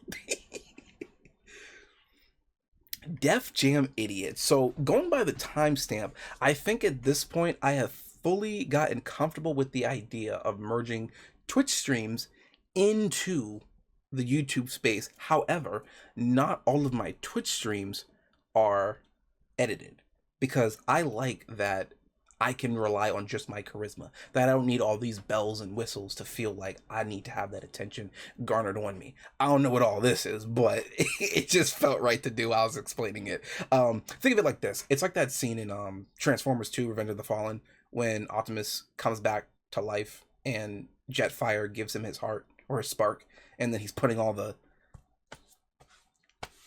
in the big wings and he's like, let's roll. That's what that feels like, but it's like, can you do that but without it? Who are you without the dang edits? And that's what Def Jam Idiot was. That crazy explanation, it works. So yeah, I had a lot of fun with that. It was just me on the PS3 having a good time with the community. That's really it. Sometimes there is no grand message. It's just, I play a game, I have fun, I move on with my life. The end. Speaking of Twitch streamers, I don't know. I just woke up one day and I was like, hey, there are 10 people out there that I watch that I think you should watch too. Can't remember them all off the top of my head. Quite frankly, I don't even know if they stream anymore. But I will tell you this, I do have a segment in my YouTube channel underneath popular videos, shorts, and people that I watch. I got my little brother up there, okay? He's the Entertainment District, which I think is in reference to Demon Slayer, but if not, hey, he rocking it, okay? Just Games, Sage, Torchyberry, like there are people out there, okay, that you can connect with because their content may or may not speak to you, but you won't know unless you go out there and you put your best foot forward. Keyword, put your best foot forward, okay? Bridge that gap. Put your hand out. Don't get it burned now. But if you do, use your other hand, okay? And meet them all the way. And then this here looks like a 60th anniversary celebration of my grandfather and grandmother, which is so wholesome. It's definitely a vlogging video. It's definitely a granddaddy special mission, if you will.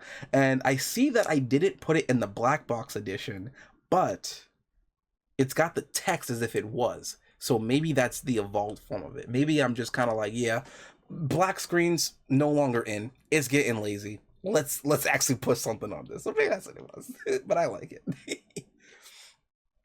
This here was definitely supposed to be a short, but again, I didn't know that you had to frame it a certain way in order for it to be called a short. So I was like, you know what? I'm gonna keep it up there. in retaliation, but I think low-key was just me not wanting to learn how a short works. But I eventually did at some point, and now I'm great at it. I can say that with my chest. So now we're getting into this part where we're still like in that era of like frustration, but it's becoming a bit more clear. The fog isn't as dense because, as you can see, this border is yellow. What's that all about? Well, this is a new endeavor that my friend wanted to try with podcasting. I was like, okay. Me personally, I always thought there was nothing so important that I could say that I couldn't say to somebody in just like 2 seconds on the street. But when does that ever happen in life, right? So I was like, yeah, we can do a podcast. You bring the ideas, I got the platform, I got the software. Yeah, we can make it happen. Let's do it. We talk about video games, we talk about movies, we talk about all of our favorite things that we're passionate about. And sometimes we rant away about them. I have a bad habit of ranting on stream sometimes. In good ways though. Nothing bad. We don't talk bad about people. You know, we don't try to throw stones around here. Definitely don't want to do no drama or controversy with actual people. We call it blood money, because why are you gonna make money off of kicking someone else when they're down? Like, it's just in my eyes, it's not cool. All right, so I'm like, we can talk about anything else, but when it comes to actual people and we're talking about like the negatives and all that stuff, I stay away from it. Not worth it. Not worth my time. I don't have enough fibers in my body to even care to talk about the heinous things that you did or did not do. Just, my heart's not in it. And that's where a lot of my videos come down to. If my heart's not in it, you will never see it on this channel. I don't have too many things on the cutting room floor, so that should tell you that I'm proud with a lot of the things that I post. Oh yeah, we in this. So that's what this is, and I accentuate these by making them the yellow border because it's like a joint effort type of thing. It's a premium special, if you will. Now, speaking of specials, this here was a Valentine's Day special. This one's kind of unique because this was before I had met my girlfriend, but it was still in the time that I was talking to her, but I hadn't gotten serious with her yet. I didn't tie the knot to anything, and I was still testing the waters with just her in terms of like, is this a partner for me and where I'm at in my life right now? I think I called it, right? But hey, a broken clock is right twice a day. So this nice little video was near and dear to my heart. I was also flirting with the idea, no pun intended, about reaction videos. Personally, I'm not too big in reaction videos without citing the original sources, doing everything in my power to make sure that the person watching me watching that goes to the original source, because I'm just doing commentary. I'm just doing things that like, oh, this shot composition is nice. This camera that they used is cool. Or this idea of how they put it from the camera to the screen is really nice, right? Like I'm looking at it from more of a film perspective because that's what I went to school for. And then there's just some people that are just kind of like, whoa, that's crazy. You know, I don't want anything to do with that side of the reaction, right? Especially if I'm gonna upload it somewhere and then be like, boom. Not my style, okay? Not my style at all. Shiratori Raiko, love it for what it is. Watched a lot of it back in my college years, and before I went to college. So like I was just a completely different kid back then, where I was just kind of like, I'm a hopeless romantic, but did everything in my power not to be romantically inclined with anyone.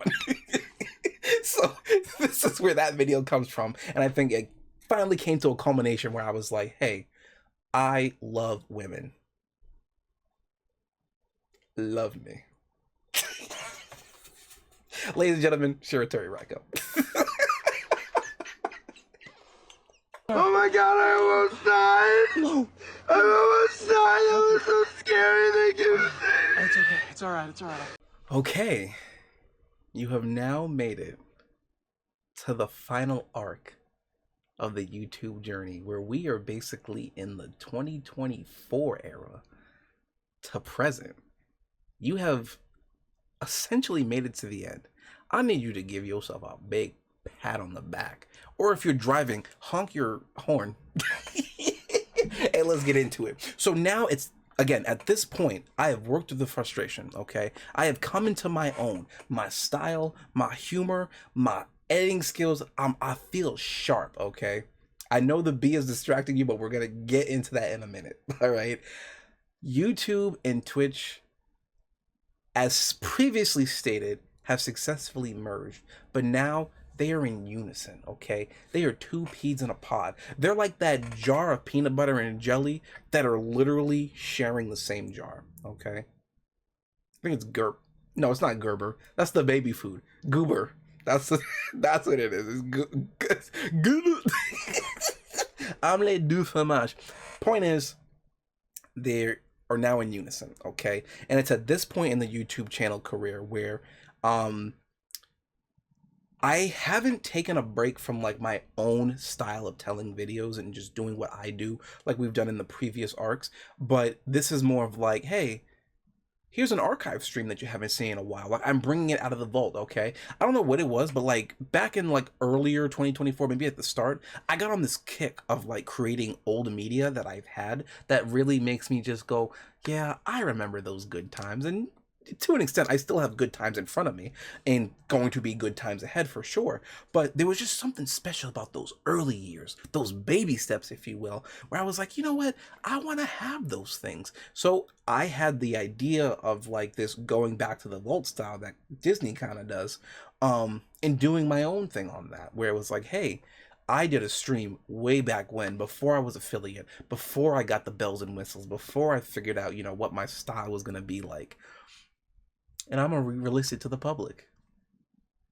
The B movie, Def Jam Idiot. You know, I like the idea that the Archived 14 event from way back when in the Twitch affiliate arc was able to still stick with me in a sense where it was like, hey, you're gonna be saving more than just 14 streams that you thought were really special to you, and you can keep on saving as many streams as you want as long as your hard drive can hold it. But certain streams stick out much bigger than others sometimes. Not saying that all of them are great, not saying all of them are bad, but they mean something to me. Like after I finish hitting go live and I go through that 2 hours or that 4, that 6, that 10, that 12, that 24, whatever the event calls for, and I'm done with it, I sit there going, man, I'm really glad I went live, you know? So I keep some of those, and every now and then I might just drop one, you know? And to anyone who's inclined, it's there for you, okay? To show you proof that if you just keep going, you will get far, okay? And I think, I don't know how long these videos are, but you came far, okay? You might be at the 2-hour mark by now. But trust me, we're almost done. Just stay with me. Rachel! All right, so more podcast episodes. For what it's worth, I like doing these on the side. In a production sense, it does keep the windmill going. And I like the pace at which we do it at. We only do one a month. And with the way my timetable is, outside of just Twitch and YouTube, I still have a full-time job, which I'm very happy that I have. Like, I'm not those people that are like, oh, I wish I could do content creation forever. But it's just kind of like, I do work outside of this, and I'm good at it. The same way I am good when it comes to content creation. When you have so many hats, and you juggle so many pies, you're just kind of like, what should I go into? You know, and maybe that's a problem in and of itself, and I'll figure that out the further down I go.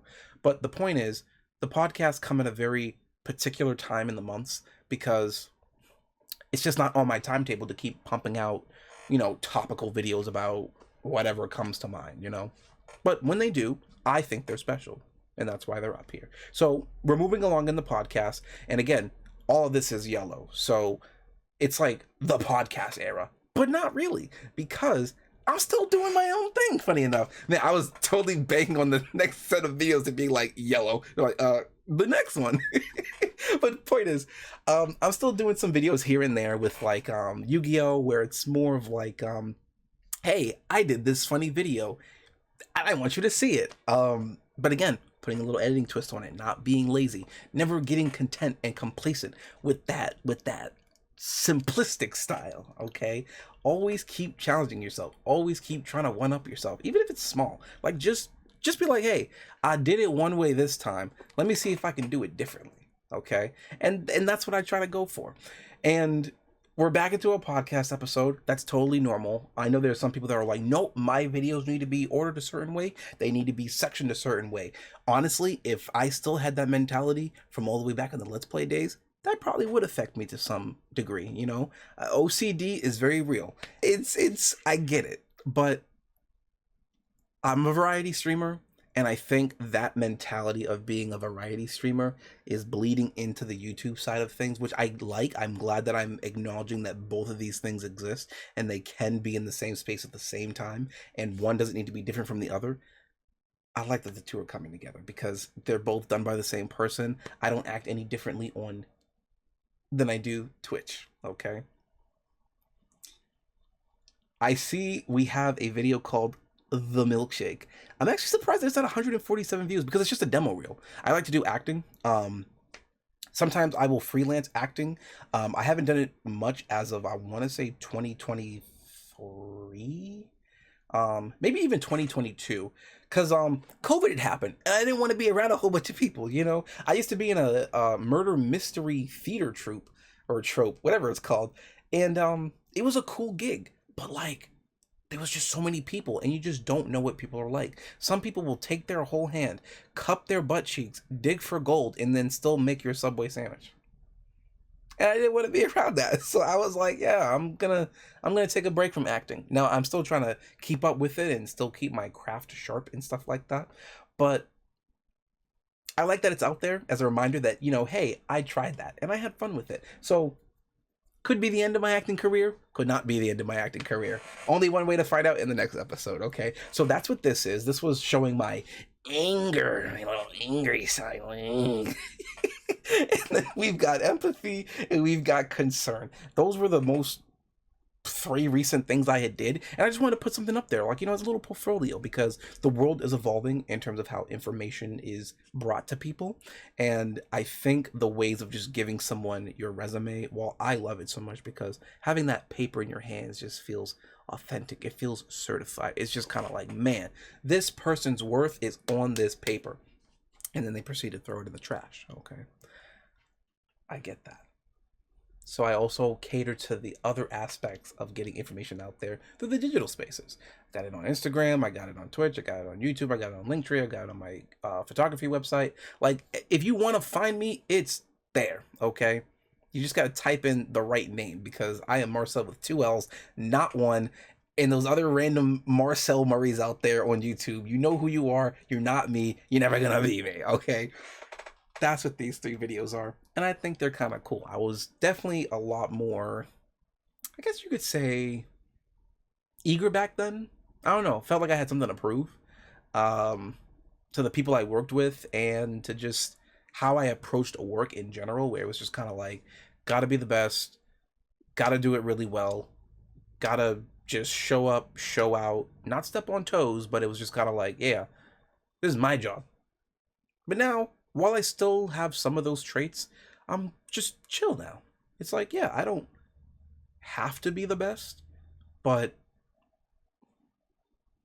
I can still do what I want really well. And I'm glad I can do that. If I want to take the time to learn something, I can do that. Nothing is stopping me because I know that the worst enemy is me. I know that sometimes the only person in my way is me.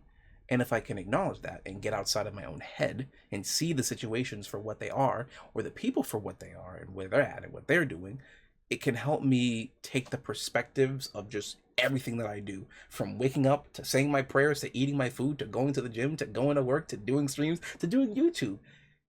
The process just feels so much more organic and easier for me because it's just kind of like, yeah, I don't have anything to prove. I just can just make something because I wanted to, because it was on my heart. And that's why we come into this era of YouTube where it's like, listen, you want to say you didn't like the video? More power to you. I'm not going to convince you to join. I ain't going to convince you to leave. But if you like it, that's not my problem. Or if you do like it, hey, I'm glad you found something fun out of it, okay? This was supposed to be a YouTube short, but I just was like, meh. I personally, I don't like the format of, because with the way this whole stream setup looks, this is not meant for a, you know, display fixture. It's no. I like my stuff widescreen, okay? I grew up in the era of THX, okay? Give me that widescreen or no screen at all. That's what this is. And I have fun with it. Now, you also might notice, see that white background? See them big bold words and just that one image that just makes your eyes go, I wonder what's that about? Yeah, that's that era of YouTube that we're in now. And even though I kind of had a little bit of traces of it back then in those earlier eras, I never thought it was going to turn into the way that it did. But you know what? Hey, the tool is neither good nor bad. It's neutral. Unless it's not neutral and this is all a lie. But point is, I like the minimalist idea of a thumbnail. Nothing wrong with it being colorful. Nothing wrong with it being oversaturated. It's just that what I look for in a video, it's what I try to reflect in the work that I make. I try to see it as a creator, and then I also try to see it as a viewer. And sometimes it's hard because it's like I know the answer to the question I want to ask, but I have to act like I don't know what that is. Okay? And that's what I work through sometimes. And I think it's fun. I think it's challenging. And I think if you can figure out what works for you and what you think might work for an audience that you're specifically trying to go for, could be worth the investment to explore, okay? Because you might learn something about your creative style and be better for it, okay? Another podcast episode I see here. This was the final season. I try to do it in sevens because, like, seven's the number of completion if I'm going off of like my Christian background. Plus, it just felt so climactic and just like it's rising to this crescendo. We started a podcast with episode 0. We got to episode 7, even though production wise it's number 8, but whatever, we ain't gonna talk about that. Episode 7, 1 hour, 7 minutes, and 7 seconds. That was not planned by me. I had to shoot this on a phone instead of my usual setup with, you know, OBS and recording features. It was a process, okay? But we got it out and I got it done and I'm very happy for how it turned out. And at 58 views, that's not bad. You know, it's hard to listen to someone talk for 2 hours, especially when it's about something that's just like, it's like video games, whatever. It's not real. It's like, it's fiction, you know what I'm saying? But I'm happy for how it turned out. Now, if that had said 77 views 7 months ago at 1 hour, 7 minutes, and 7 seconds, and it's episode 7, tell me I'm not built for this. You look me in my beautiful brown eyes and you tell me I'm not built for this. Come on now. Up next, I think this is a sequel to the Kashtira video with the serpent at the bottom and just making inside jokes, bigger inside jokes, and rewarding the people who have actually seen these videos from like way back when. Yeah, cool for that, okay? That's what that is. So I had a lot of fun with this one. I'm surprised that it did as well as it did, because the Kashtira video is a bit lower, but I remember putting more effort in the Kashtira video for a very particular reason, because I never edited a Yu-Gi-Oh video before. Well, the Yu-Gi-Oh ranking system was a bit different, but I mean like an actual card game. It's a completely different beast, especially if you want to be funny and good at it. Kashtira video was so much more effort put in versus this one, because by this one I already knew what I wanted to do and I just put the idea out first and then I worked everything around it. And that's kind of like how my videos even come to fruition. I have an idea. It, like, you take a dart and you throw it at the wall and then it bleeds and then I just create everything from around that. That's how it works for me, you know? Or like, I don't know, writing your ideas out and then just bleeding your thoughts on the page and rearranging it. That's my process, you know? I know everyone's got something different, but that's something that I do, and I think it works. Sometimes saying it out loud too also helps, because you can hear how silly or how stupid or how smart it sounds, and the process begins. Now this here, so this is kind of wholesome, because this is, first off, it's 7 months ago, so we're definitely catching up to present day. Secondly, oh my gosh, it was 7 months ago. Third, it's a Let's Play. It's all the way back from those baby steps. So I'm in this era, it seems, where like, hey, I'm getting comfortable with playing a game on stream and keeping it within a respectable time, because I like to rant on stream, okay? I said that in the previous arc, but like, I don't think you know. I like to rant, okay? If you hit me with a topic that's interesting enough, I will talk your ear off and I will pause that game. So whoever's there to watch me play said game, I'm sorry, you missed out on that day, okay? I like to rant. And when it came to the quarry, I was just focused. I was like, I got this. I want to see what happens. I want to get to the end of this. I want everyone to feel like this can be a production worth watching. And it's just a stream. There's nothing crazy. There's no fancy edits. I mean, there's like sounds and stuff like that in throughout the videos because of what was happening on stream. But it's just like it's this happy Mary of me, the game, and then chat, and then we're all just fusion. However I can describe it with my hands, right? That's what it was like, and I like it. Plus, it was fun doing the thumbnails because I never did it in this particular style. Oh no, it just felt right. It just felt right. It felt fun making funny faces. It felt fun feeling like the reactions were organic. I know some people do have to play it up for the camera, but man, it's just I never had that problem. Thankfully, I could just if I see it, I'm like, yo, that's funny. That speaks to me. And if it doesn't, hey, that's nice. If you hear me say them two words, it's time to move on to another conversation. So yeah, this was supposed to be a short, but you know what? I was so happy with the thumbnail that I was like, nah, it's gonna be a whole video, which it really didn't need to be because it's only 7 seconds long with a little clip of a stream and a funny sound over it. That's all it was. Sometimes it's not even about making a production. It's just being like, yeah, it's been a while since I made something. Yeah, let's just put something out there, you know, and then there it is. So yeah, I like it. I have not finished Final Fantasy X, by the way, to anyone wondering. I'm still on Unalesca, and that's as far as I'm gonna get. This here was Marvel Rivals when it first came out. It was a big old stream. I got like let's see, 1, 2, 3, 4, 5 other people together, which is very hard for me to do because time zones, schedules, games, then my stream in the EST side. It's a lot of work, right? As with anything.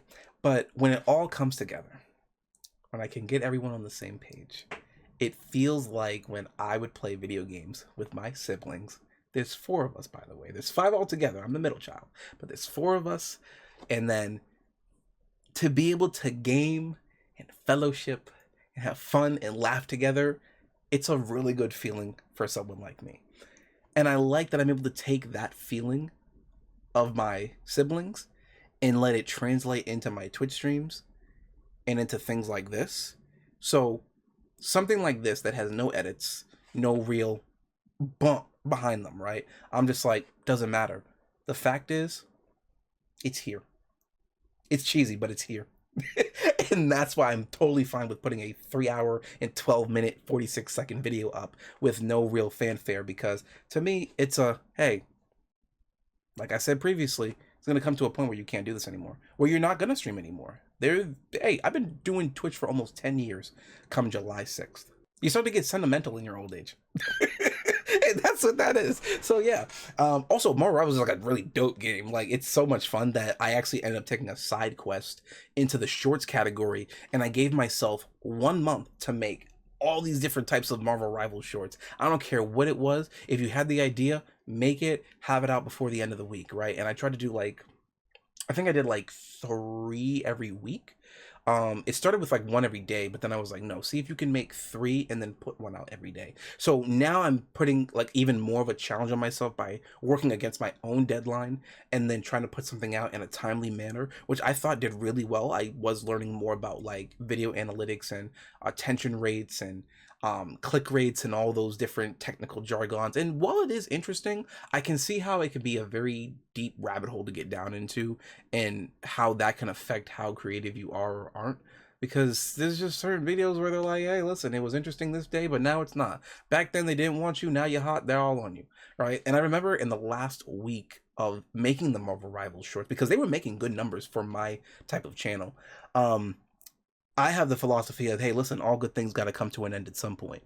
And when that happened, more people just swiped off of like the sentimental, hey, thanks for watching these videos. Thanks for sharing with the people. They just like, yeah, we don't care about all that mushy stuff. We want to see the action. When do we get the free food, you know? And in my mind, I'm just kind of like, dang, like, heaven forbid a brother try to say thank you. But hey, that's a part of the game, you know? You can't take it personal. It's about YouTube, not them tube, all right? The more you know. Moving on, we've got season 2 of the podcast is back in this era. There might be 7 episodes of season 2. I think we're on episode 5. We'll find out the further up we go. But I try to tell Mine to keep him short, but he rants just as much as I do. So here we are with these 2-hour productions, and my hard drive is screaming. Okay, I just want you to know, Money, my hard drive is screaming. Okay. This here is a wonderful, beautifully crafted thumbnail that I don't know why, but I'm so proud of because it just scratches all the best parts of my brain. It's got words, it's got titles, it's got colors, it's got a character, it's got a little jab at a joke, and I can look at it and I can go, I know what I'm about to get into. I also like that I put no commentary / ADHD edits. I don't know why I worded it that way. Again, it was on my heart to do so, so I just did it. What you gonna do about it?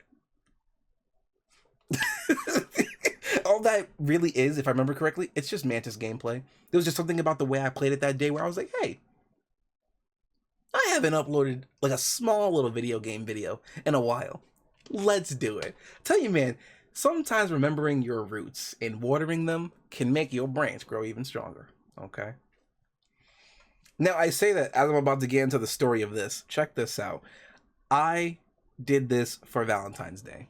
By this point, okay, this was 3 months ago. By this point, I had already found my missus, okay? We watched this movie together. Well, she was in the background, but she was here when we were watching it. And I was like, you know what? I wasn't going to upload this as a reaction video. But then I just remember looking back on it just going, man, that was a really good time. That was a really good video. It's a cheesy Christian movie. I love some cheesy Christian movies, you know what I'm saying? And I was like, you know what? I'll put it on YouTube. Why not? Keep this little tradition of putting a movie out on Valentine's Day going. And YouTube was like, hey, we're blocking this worldwide. I was like, oh, snap. I haven't had a video like that since my interrogation video, which is a very old video that I did back in college. It used to be on YouTube, but I accidentally fought the claim for this video, the flywheel one, and the claim for the interrogation video. Because both videos were blocked worldwide, my interrogation video was removed off of the platform. And YouTube was like, hey, put your hand out. Copyright strike. And I had 1 hit out of my 3 lives. All right. So I had to let that sit for 90 days. Went to copyright school. That was fun. But they let the flywheel video go scot-free. And that's why I was refuting it in the first place. It was just kind of like, wow, I got hit for something else when trying to deal with something else.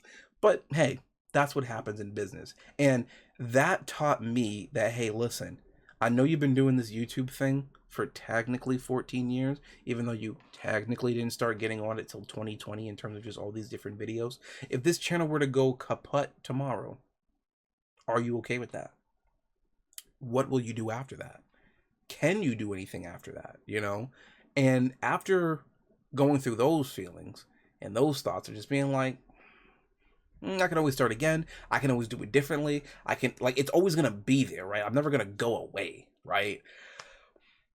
I got over it.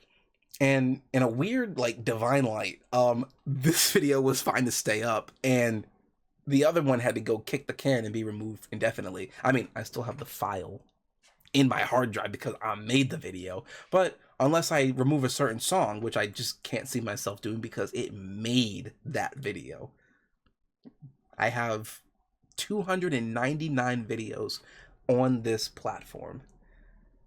And this video here, the 30-year-old special, is going to be my 300th video. And if that does not feel quintessential of the stars aligning, like with my 7th episode of season 1 with 1 hour, 7 minutes, and 7 seconds, I don't know what is, okay? And that's why I'm doing this video, because I want that number to say 300 on top of me being 30. That is the real reason. And now we're kind of coming close towards the end, because I see 2 months, 2 months, 1 month. Yeah, another podcast episode. Getting more fun with Yu-Gi-Oh! I don't know how I feel about this, because like Yu-Gi-Oh! Technically isn't my anime, it's my big sister's anime. So I had to be careful not to encroach on her territory. Okay? But bro, Yu-Gi-Oh's fun. Like, what can I say? Yu-Gi-Oh! Is fun. And then after that recent Blue Eye support that they did, magnifique. Konami, keep it up. Dark Magician now. And now here we are at our most recent conclusion. Oh my gosh, we made it to the end. Another podcast. Tier list. I brought this one out of the vault.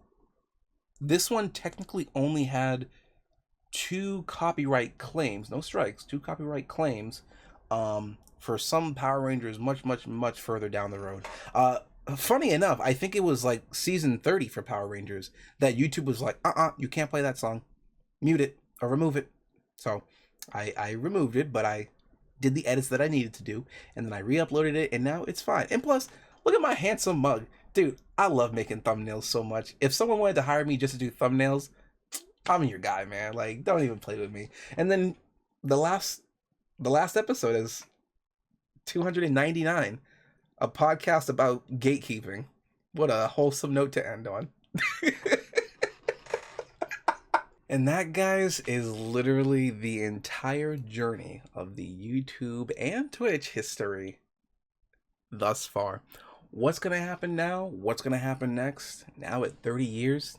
Dude, honestly, I don't know. But what I do know is that I can keep on making things and keep on making people laugh, myself included. First priority. Draft pick number 1. Okay? Thank you to everyone. And again, I cannot stress this enough. I do not know how long this is going to be, because I have to put this all together before June 9th. But again, if I'm watching this on June 9th, congratulations, you beat your own deadline and you succeeded and you beat the challenge. If I am living proof that a thing can be done, you can do it too. Okay? So get out there and be creative. No excuses. None of this, no one's going to like my video. I don't care. Do you like it? Yes or no? If you answered yes, make it. If you answered no, I don't care. Still make it, okay? Because you can do all things through Christ. I'm done. I'm not going to ramble anymore. I'm pretty much in streamer mode right now. All the links that you need are in the bottom, in the description, in your ears, and in your brain, okay? You just need to look for it. And maybe I'll see you on the other side. I'm done. I'm going to go get to work, okay? Because future me is going to be happy that I sweat for this production, all right? I'm done. I just need you to do one more thing for me, okay? Take a deep breath. Say it with me. Stay happy. Stay healthy. Don't do anything I wouldn't do except chronicle your entire life's work on the digital space. But always keep on being creative now. And maybe I'll see your video one day on stream. You just need to reach out. I have been Marcell, telling you all about the deets and dots and lowdowns to be had. And you have been a blessing. Take care, good day, and God bless. Bye.